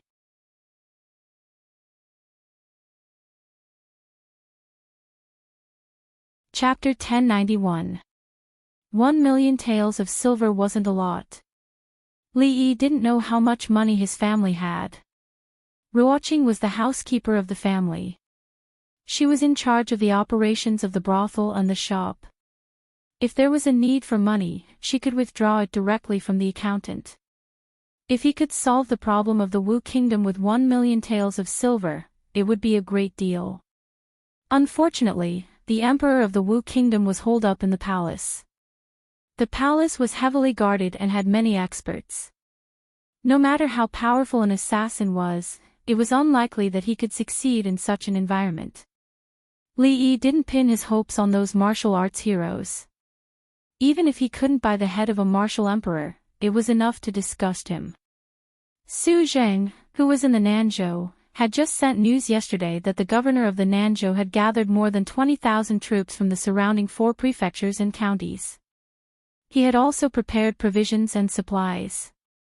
He wanted to take down Cangzhou in one fell swoop and would immediately send troops. The Nanzhou wasn't far from Cangzhou. If they marched urgently, they would arrive in 3 days. If they weren't in such a hurry, they should arrive in 5 days. Wei Liang and the others were already discussing the tactics to face the enemy. In terms of numbers, they only had half of the enemy's troops. But in terms of strength, these 10,000 people were equivalent to an army of tens of thousands. What they needed to do was to achieve victory with the least losses. Of the 73 prefectures of the Wu Kingdom, more than half were still under the control of the Wu Kingdom's imperial court. They only occupied the small Cangzhou. There was still a long way to go. If they were to face 20,000 troops, they would have to pay a heavy price to win. How could they fight in the future? Everyone was very busy recently. As the chief commander of the defense of the city, Wei Liang needed to discuss with his subordinates to formulate a strategy to deal with the enemy. Old Man Wang was busy fleecing the landlords and old money bags. To a certain extent, he had to redistribute the production materials. He also had to appease the village gentry who had become restless after being fleeced and not cause more chaos. In addition, he had to select some educated and capable people to manage the grassroots troops. Rebelling was not as simple as fighting and killing. It was a very complicated and tedious task. Fortunately, Yang Liuqing had a group of reliable leaders by his side. Otherwise, the troops that they had painstakingly built would have collapsed from within before they could even reach the imperial capital. After lunch, Li Yi and Rui Ruoqing went out for a walk. Cang Prefecture was different from Shu Prefecture and Rui City. The people here had suffered from the chaos of war and knew how difficult it was to achieve peace. In front of a great enemy, almost everyone in Cangzhou City was a soldier. The citizens did their best. Even if they could not personally participate in the battle, they helped to move the black logs and rolling stones to the city walls. On the streets, people were rushing. Compared to Shuzhou and Rui City, it was a different kind of liveliness. Rui and Ruoqing preferred peace and quiet. They probably didn't like this kind of liveliness. What they liked was to settle down in a place and live a simple and stable life. Or they could abandon worldly affairs and be together as a family. They could go anywhere. For the past few years, he had made them run all over the place with him. Ruoqing had also inexplicably become the empress and shouldered an even heavier burden. It was really difficult for them. If they could conquer the 5 prefectures this time, Yang Liuqing would be able to thoroughly establish a foothold in the northwest of the Wu Kingdom. Apart from the imperial court, they would be the greatest power in the Wu Kingdom. Unless the imperial court of the Wu Kingdom mobilized all of its military forces and gathered hundreds of thousands of soldiers to encircle and annihilate them in one fell swoop. Otherwise, no one would be able to do anything to them. After this, he could completely relax. The situation in the 5 prefectures was stable. Mississippi Lu also didn't need to worry about her precious disciple anymore. Cang Prefecture's military camp. Wei Liang had just received a secret letter. After he opened it in front of everyone, he said in a low voice, "News from Nanzhou. The enemy will fall into the trap in 5 days. Inform the entire army to prepare for battle." Nanzhou, in front of the capital. A general wearing armor rode on a horse. A deputy general beside him dismounted and knelt on one knee. He cupped his hands and said, reporting to the general, "General Zheng is leading a vanguard of 2,000. They are escorting the provisions and are already 30 li away. Depart." The general nodded. He turned his head and said in a low voice, Follow me to suppress the traitors. Suppress the traitors. Suppress the traitors. Suppress the traitors. The army of 20,000 stood neatly behind him and shouted in unison. Their voices echoed several li away and could be clearly heard throughout Nanzhou city. The provincial governor of Nanzhou stood on top of the city wall and watched the army of 20,000 gradually leave. A trace of worry appeared on his face. He murmured, "This time, all the cities of Nanzhou and Lin province have sent out their guards. The city defenses are empty. If the traitors take advantage of this weakness to invade, what should we do?" An official beside him smiled and said, "Lord Provincial Governor, you worry too much. Those traitors are nothing more than a motley crew. They are just showing off their might outside the capital. How would they have the guts to attack the capital?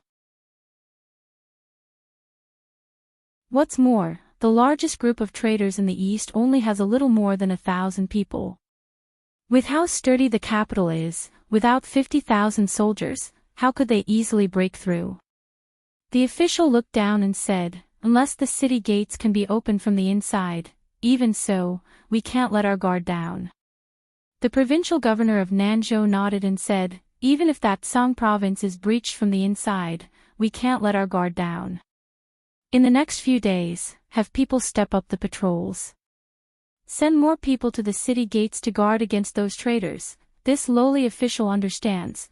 Although Nanzhou was not located in the hinterland of the Wu Kingdom, it was not as remote as Tsang province.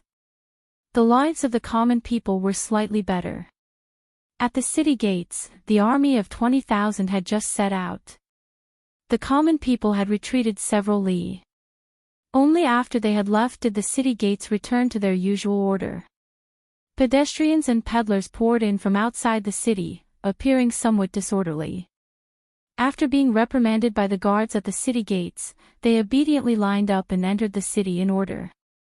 When a man carrying firewood entered the city gates, he accidentally tripped. The firewood on his back scattered all over the ground. He hurriedly bent down to pick it up. "Do you know how to walk? Hurry up and pick it up. Don't block the way." A guard walked over while cursing. He bent down to help him pick up the firewood. The man revealed a grateful expression. He grasped the guard's hand and said, "Thank you, big brother official. If you're done, hurry up and go. There are still people waiting behind you." The official waved his hand and turned to leave. After the man carrying the firewood left, the city gates returned to normal order. The official returned to his original position. He tilted his head slightly and met the gaze of his comrade beside him.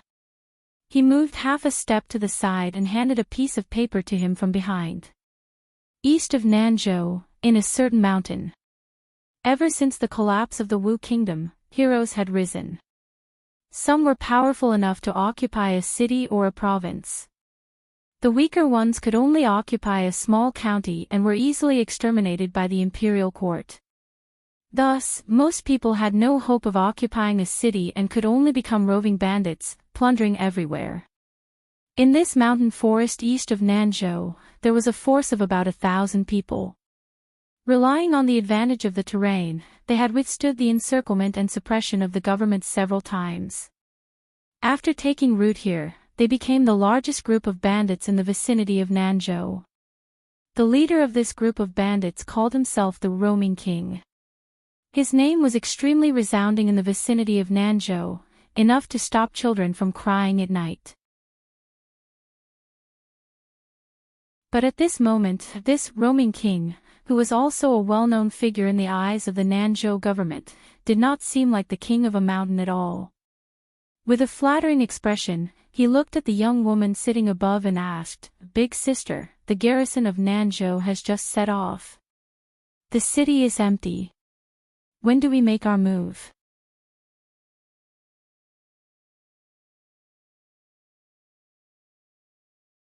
Chapter 1092. Spread the word. Nanzhou, Yunzhou, Linzhou, Huazhou, and Tongzhou will seize the city at the same time in 3 days. Wu Chuang couldn't help but shiver when he heard the young lady's voice.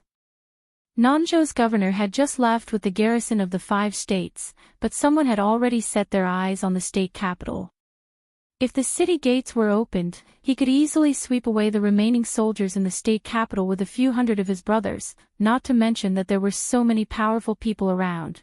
It would be fine if these 20,000 people won Zhangzhou, but if they lost, they wouldn't even be able to return home. Without rations, they wouldn't be able to enter their homes, and there were pursuers behind them.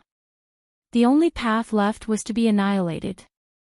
From what this big sister said, it seemed that the small and medium-sized forces around Yunzhou, Linzhou, and Huazhou were also under their control. This time, they would seize 5 states. Within the borders of the Wu Kingdom, there were dozens of smoke and dust clouds, but there had never been a rebel king who could occupy 5 states at the same time. He quickly recovered from his shock and said loudly, "I'll arrange it right away." With that, he quickly left. He had gathered so many brothers, thinking that it would only be a small fight and loot during the chaos. He didn't expect it to be so big this time, and he was even a little excited and expectant. Those people would attack Princess Duanrong, and when the sandpiper and the clam fought, they would be the fishermen who reaped the benefits. Bai Su walked in from outside and looked at Mississippi Liu. He asked, "Alliance leader, there are 20,000 people attacking Zhangzhou this time. Can Jiang of Silla and the others handle it?" Mississippi Liu stood up and said, "Even if there are 200,000 of them, as long as he says he can handle it, then he can handle it." Bai Su looked at her and his lips moved, but he didn't say anything else. The alliance leader always had a kind of unreasonable confidence in Jiang of Silla. She sighed inwardly.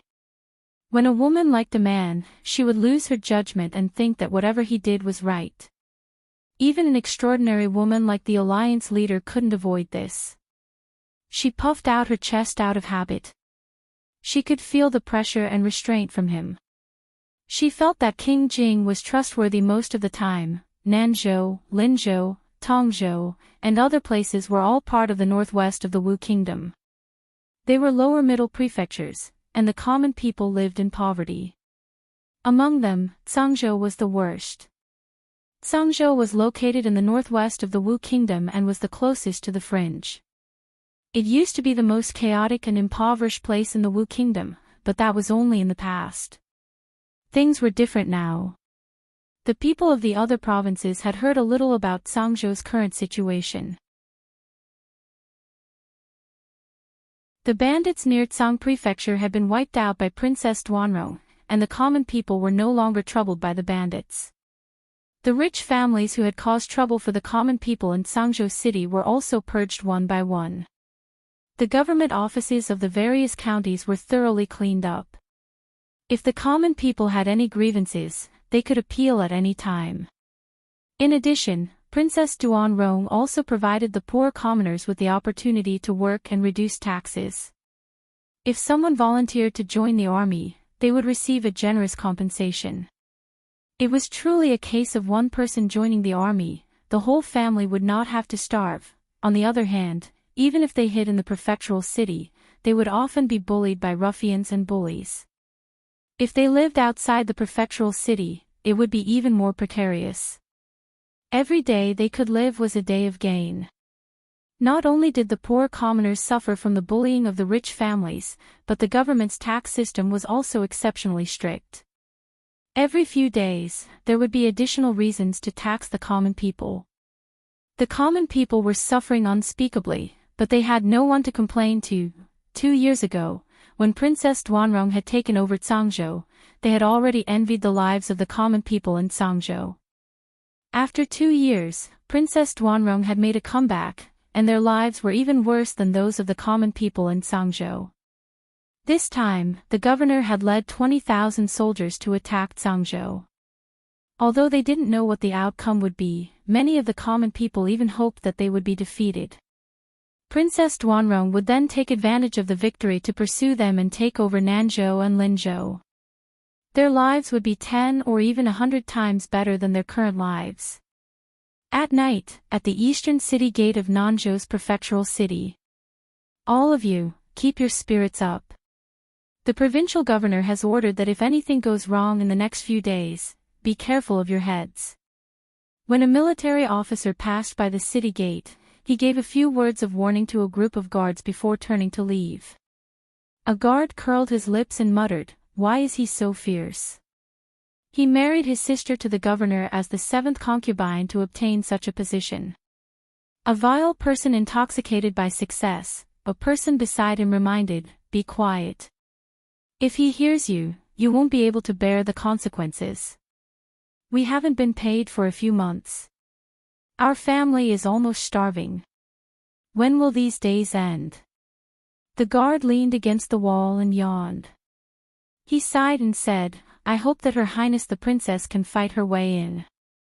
Yesterday, I heard from the people outside that if one follows the princess as a soldier, they will immediately receive silver. 1 tael of silver. If they live frugally, they can ensure that their family won't starve for half a year." The person beside him was silent for a moment before asking, "You really want to follow Her Highness the Princess?" The guard shook his head and said, "Ai, it's a pity that we are not fated to be in Sangzhou. We have no chance." Dong, dong, dong. In the distance, the sound of the night watch could be heard. 1 slow, 2 fast, 3 times. It's the third night. The person beside him heard the sound of the night watch. He turned his head and grinned at him, asking, "Do you want to be a soldier under the princess?" The third night watch. It was already midnight. In Nanzhou City, apart from the night watchmen and the occasional patrolling soldiers, the majority of the people had entered into a deep sleep. Countless silhouettes quietly appeared outside the East City Gate. Wu Chuang looked at the bald man in the lead knocking on the city gate as if he was knocking on his own door. The corner of his mouth couldn't help but twitch. This was the city gate. If the city gate could be so easily knocked on, then what was the use of building such a thick and solid city wall? However, his expression froze the next moment. After the bald man knocked on the gate, the city gate of Nanzhou City really did open a crack. Moreover, it opened wider and wider. At the same time, the city gates of Yunzhou, Linzhou, Huazhou, and Tongzhou all opened at the same time. Countless figures poured in from outside the city and went straight to the various government offices in the city. At the same time, in the camp of the allied army of the 5 states that had been marching for 3 days, there was suddenly a chaotic sound of footsteps and fierce shouts. "Fire, the provisions are on fire. Enemy attack, enemy attack. Meet the enemy quickly.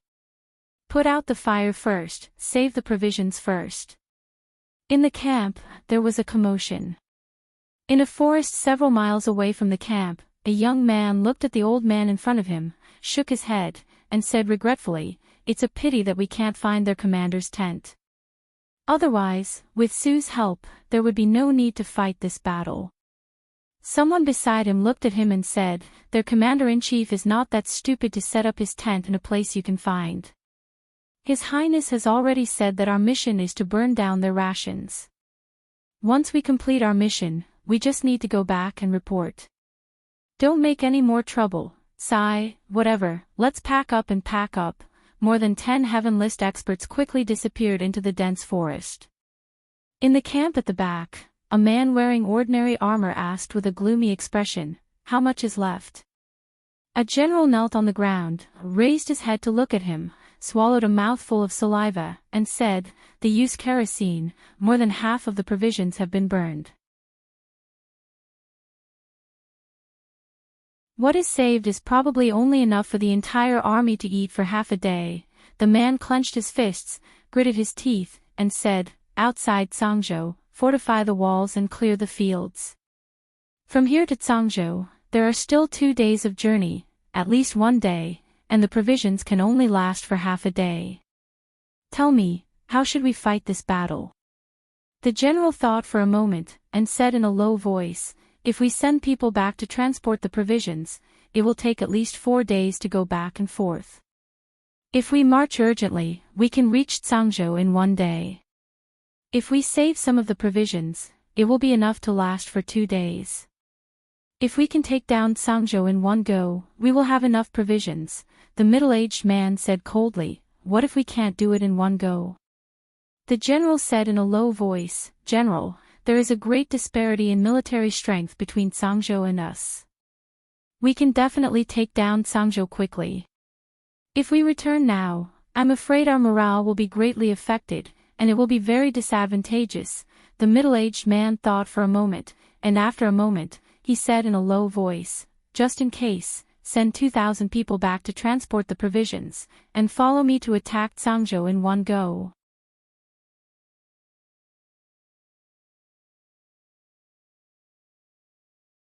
Chapter 1093. Li Duan had been practicing diligently these 2 days because Rui had given him a task before he left. According to the agreed time, Nanzhou, Yunzhou, and the other 5 provinces should have fallen into her hands by now. The 20,000 soldiers led by the governor of Nanzhou had to attack the impregnable Sangzhou and retreat to attack the 5 provinces. They could only run around like children without their mothers. It was truly pitiful. What was even more pitiful was that they still did not know this. Li Duan was also quite pitiful. After Rui left, he completely let himself go and neglected his practice. Now that Rui was about to return, he only knew how to be anxious. Su had led people deep into the front lines last night and burned the enemy's rations. The people south of Sangzhou had all moved to the north of the city. They could not scavenge any food from the outside. There were 3 paths in front of them. The first was to return the way they came. If they were fast, they could return to Nanzhou in about 2 days. If they could take back Nanzhou from Mississippi Lu, the food crisis could be solved. The second was to send some people back to forcibly collect rations. They would wait in place, waiting for those who would never return, waiting for them to starve to death. The last path was to go all out and take down Sangzhou in one go. The rations in Sangzhou were piled up like mountains, so they naturally did not have to worry about food. They would know which path they had chosen in half a day at most. Of course, what Li Yi hoped for was naturally not to waste a single soldier, not to waste a single divine punishment, and not to waste a single artillery shell. No matter how disparate the strength of the 2 armies was, once the battle began, casualties were inevitable. Young Lu Qing had already donned her armor. She looked a little valiant, without losing her heroic spirit. In these few years, she had completely transformed from the young girl who only knew how to follow behind Mississippi Lu in the 2nd year of Jinghe into her current self. She had transformed into the princess of a country, the ruler of a country. Uncle Master. She walked to Li Yi's side and nodded slightly. This was probably the greatest battle she had ever experienced in her life. Li Yi nodded and asked, "Are you nervous?" She looked up with a smile and said, "Not nervous." Fearless in the face of danger, unflinching even if Mount Tai collapsed before her. As expected of his martial niece, she had some of his demeanor. Yang Liuqing sat opposite him and asked, "After this battle, will Uncle Master go back?" Li Yi nodded. He had previously told Yang Liuqing that he and Rui would leave after they had completely established a foothold in the northwest. After conquering the 6 provinces, for a long time to come, what they needed to do was not to continue attacking all the way to the imperial capital of the Wu country. Instead, they needed to rest and recuperate, gradually nibbling away at the outside world, and slowly accumulate their strength so that they could gain a foothold here. This period of time could be 1 year, or it could be 2 years. Once this stage was over, what followed next would be an irresistible force that could sweep away all obstacles. Of course, everything was subject to change. It was possible that in the following period of time, the emperor of the kingdom might choke to death while eating, fall to death while walking, or be crushed to death by a meteorite falling from the sky. In this way, as the only legitimate member of the royal family of the kingdom, things would be much easier for her to handle. Of course, the probability of this happening was too small. The emperor of the kingdom was now completely frightened. He holed up in the imperial palace and refused to come out. Wherever he went, he had to bring countless guards and imperial guards with him. Even if a few grandmasters joined forces, they could not do anything to him. Li Yi thought about it carefully and realized that he seemed to have done something stupid. He had forcibly disrupted Emperor Wu's personal expedition. If he had come to conquer Cangzhou personally, Li Yi would have opened the city gates of Cangzhou to welcome him. Unfortunately, there was no medicine for regret in this world. Seeing that she seemed to have something to say, Li Yi shook his head and said, "Uncle Master has done everything he could. You have to walk the road ahead on your own." "I understand." She nodded and looked at Li Yi. She wanted to say something but stopped herself. At this moment, a general strode into the courtyard and handed over a secret letter. He said loudly, "Your Highness, the enemy is already 30 miles away from Cangzhou City." They had reached 30 miles away from Cangzhou City so quickly.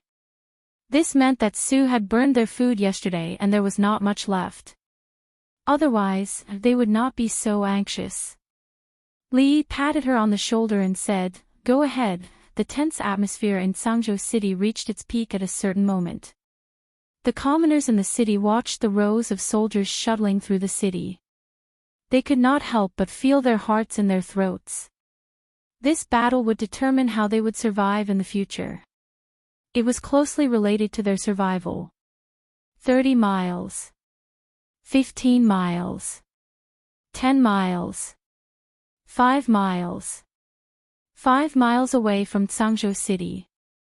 A deputy general looked at a thin line in the distance. That was the city wall of Cangzhou City. He urged his horse to the front and asked, "General Pang, should we let the soldiers rest here first?" They had already traveled for half a day and were exhausted. It was not wise to attack the city at this time. The best-case scenario would be for the army to camp and rest for the night when they were 30 miles away from Cangzhou City. However, they had already used up all of their food supplies. They could not afford to delay for too long. "Rest here for an hour." The general nodded and said, "Prepare the siege weapons. We will attack the city in an hour." "Roger." The deputy general turned his horse around and said loudly, "Rest here. We will attack the city in an hour." On Cangzhou City's city wall, Chen Qing was holding a pair of binoculars in his hand. He muttered, "Why did they stop?" General Fan stood beside him. He turned his head to look and asked, "Are the red barbarian cannons ready?" A person beside him immediately replied, "General, all 100 red barbarian cannons have been loaded." General Fan was relieved. He thought for a moment and said, "Just in case, check again." Outside the city, the deputy general looked ahead and walked to the general's side. He asked doubtfully, "General Pang, why haven't they made a move?" General Pang looked ahead and asked, "How many soldiers are guarding Cangzhou City? Do they dare to leave the city to fight?" The deputy general nodded and said, "General, it's time." General Pang waved his hand and said, "Attack the city. Attack the city. Attack the city." The general gave the order and the army rushed forward. 5 miles. 3 miles. 2 miles. When Cangzhou City's city wall could be seen clearly, the deputy general's expression changed and he said anxiously, "General, they still haven't left the city. They haven't even pulled up the drawbridge. Could it be a trap?" Just as he said that, he heard a cry of surprise. "What is that?" He looked up and saw countless black dots landing on the army camp. Boom! Boom! Following that, he heard a series of deafening explosions. Soil flew everywhere and wails of pain could be heard. Following that, he couldn't even hear the deafening explosions anymore. All he could hear was a buzzing sound. In the army formation, the war horses neighed and raised their front hooves. They were in a mess and ran amok. Cavalrymen fell from their horses and were trampled on before they could get up. The entire battle formation was destroyed by the deafening explosion. The war horses neighed in fear and ran amok. After every deafening explosion, dozens of people fell. The fire and the deafening explosions caught them off guard. Divine punishment, this is divine punishment. A deputy general looked up and his eyes were filled with despair. This was the Jing Kingdom's divine punishment.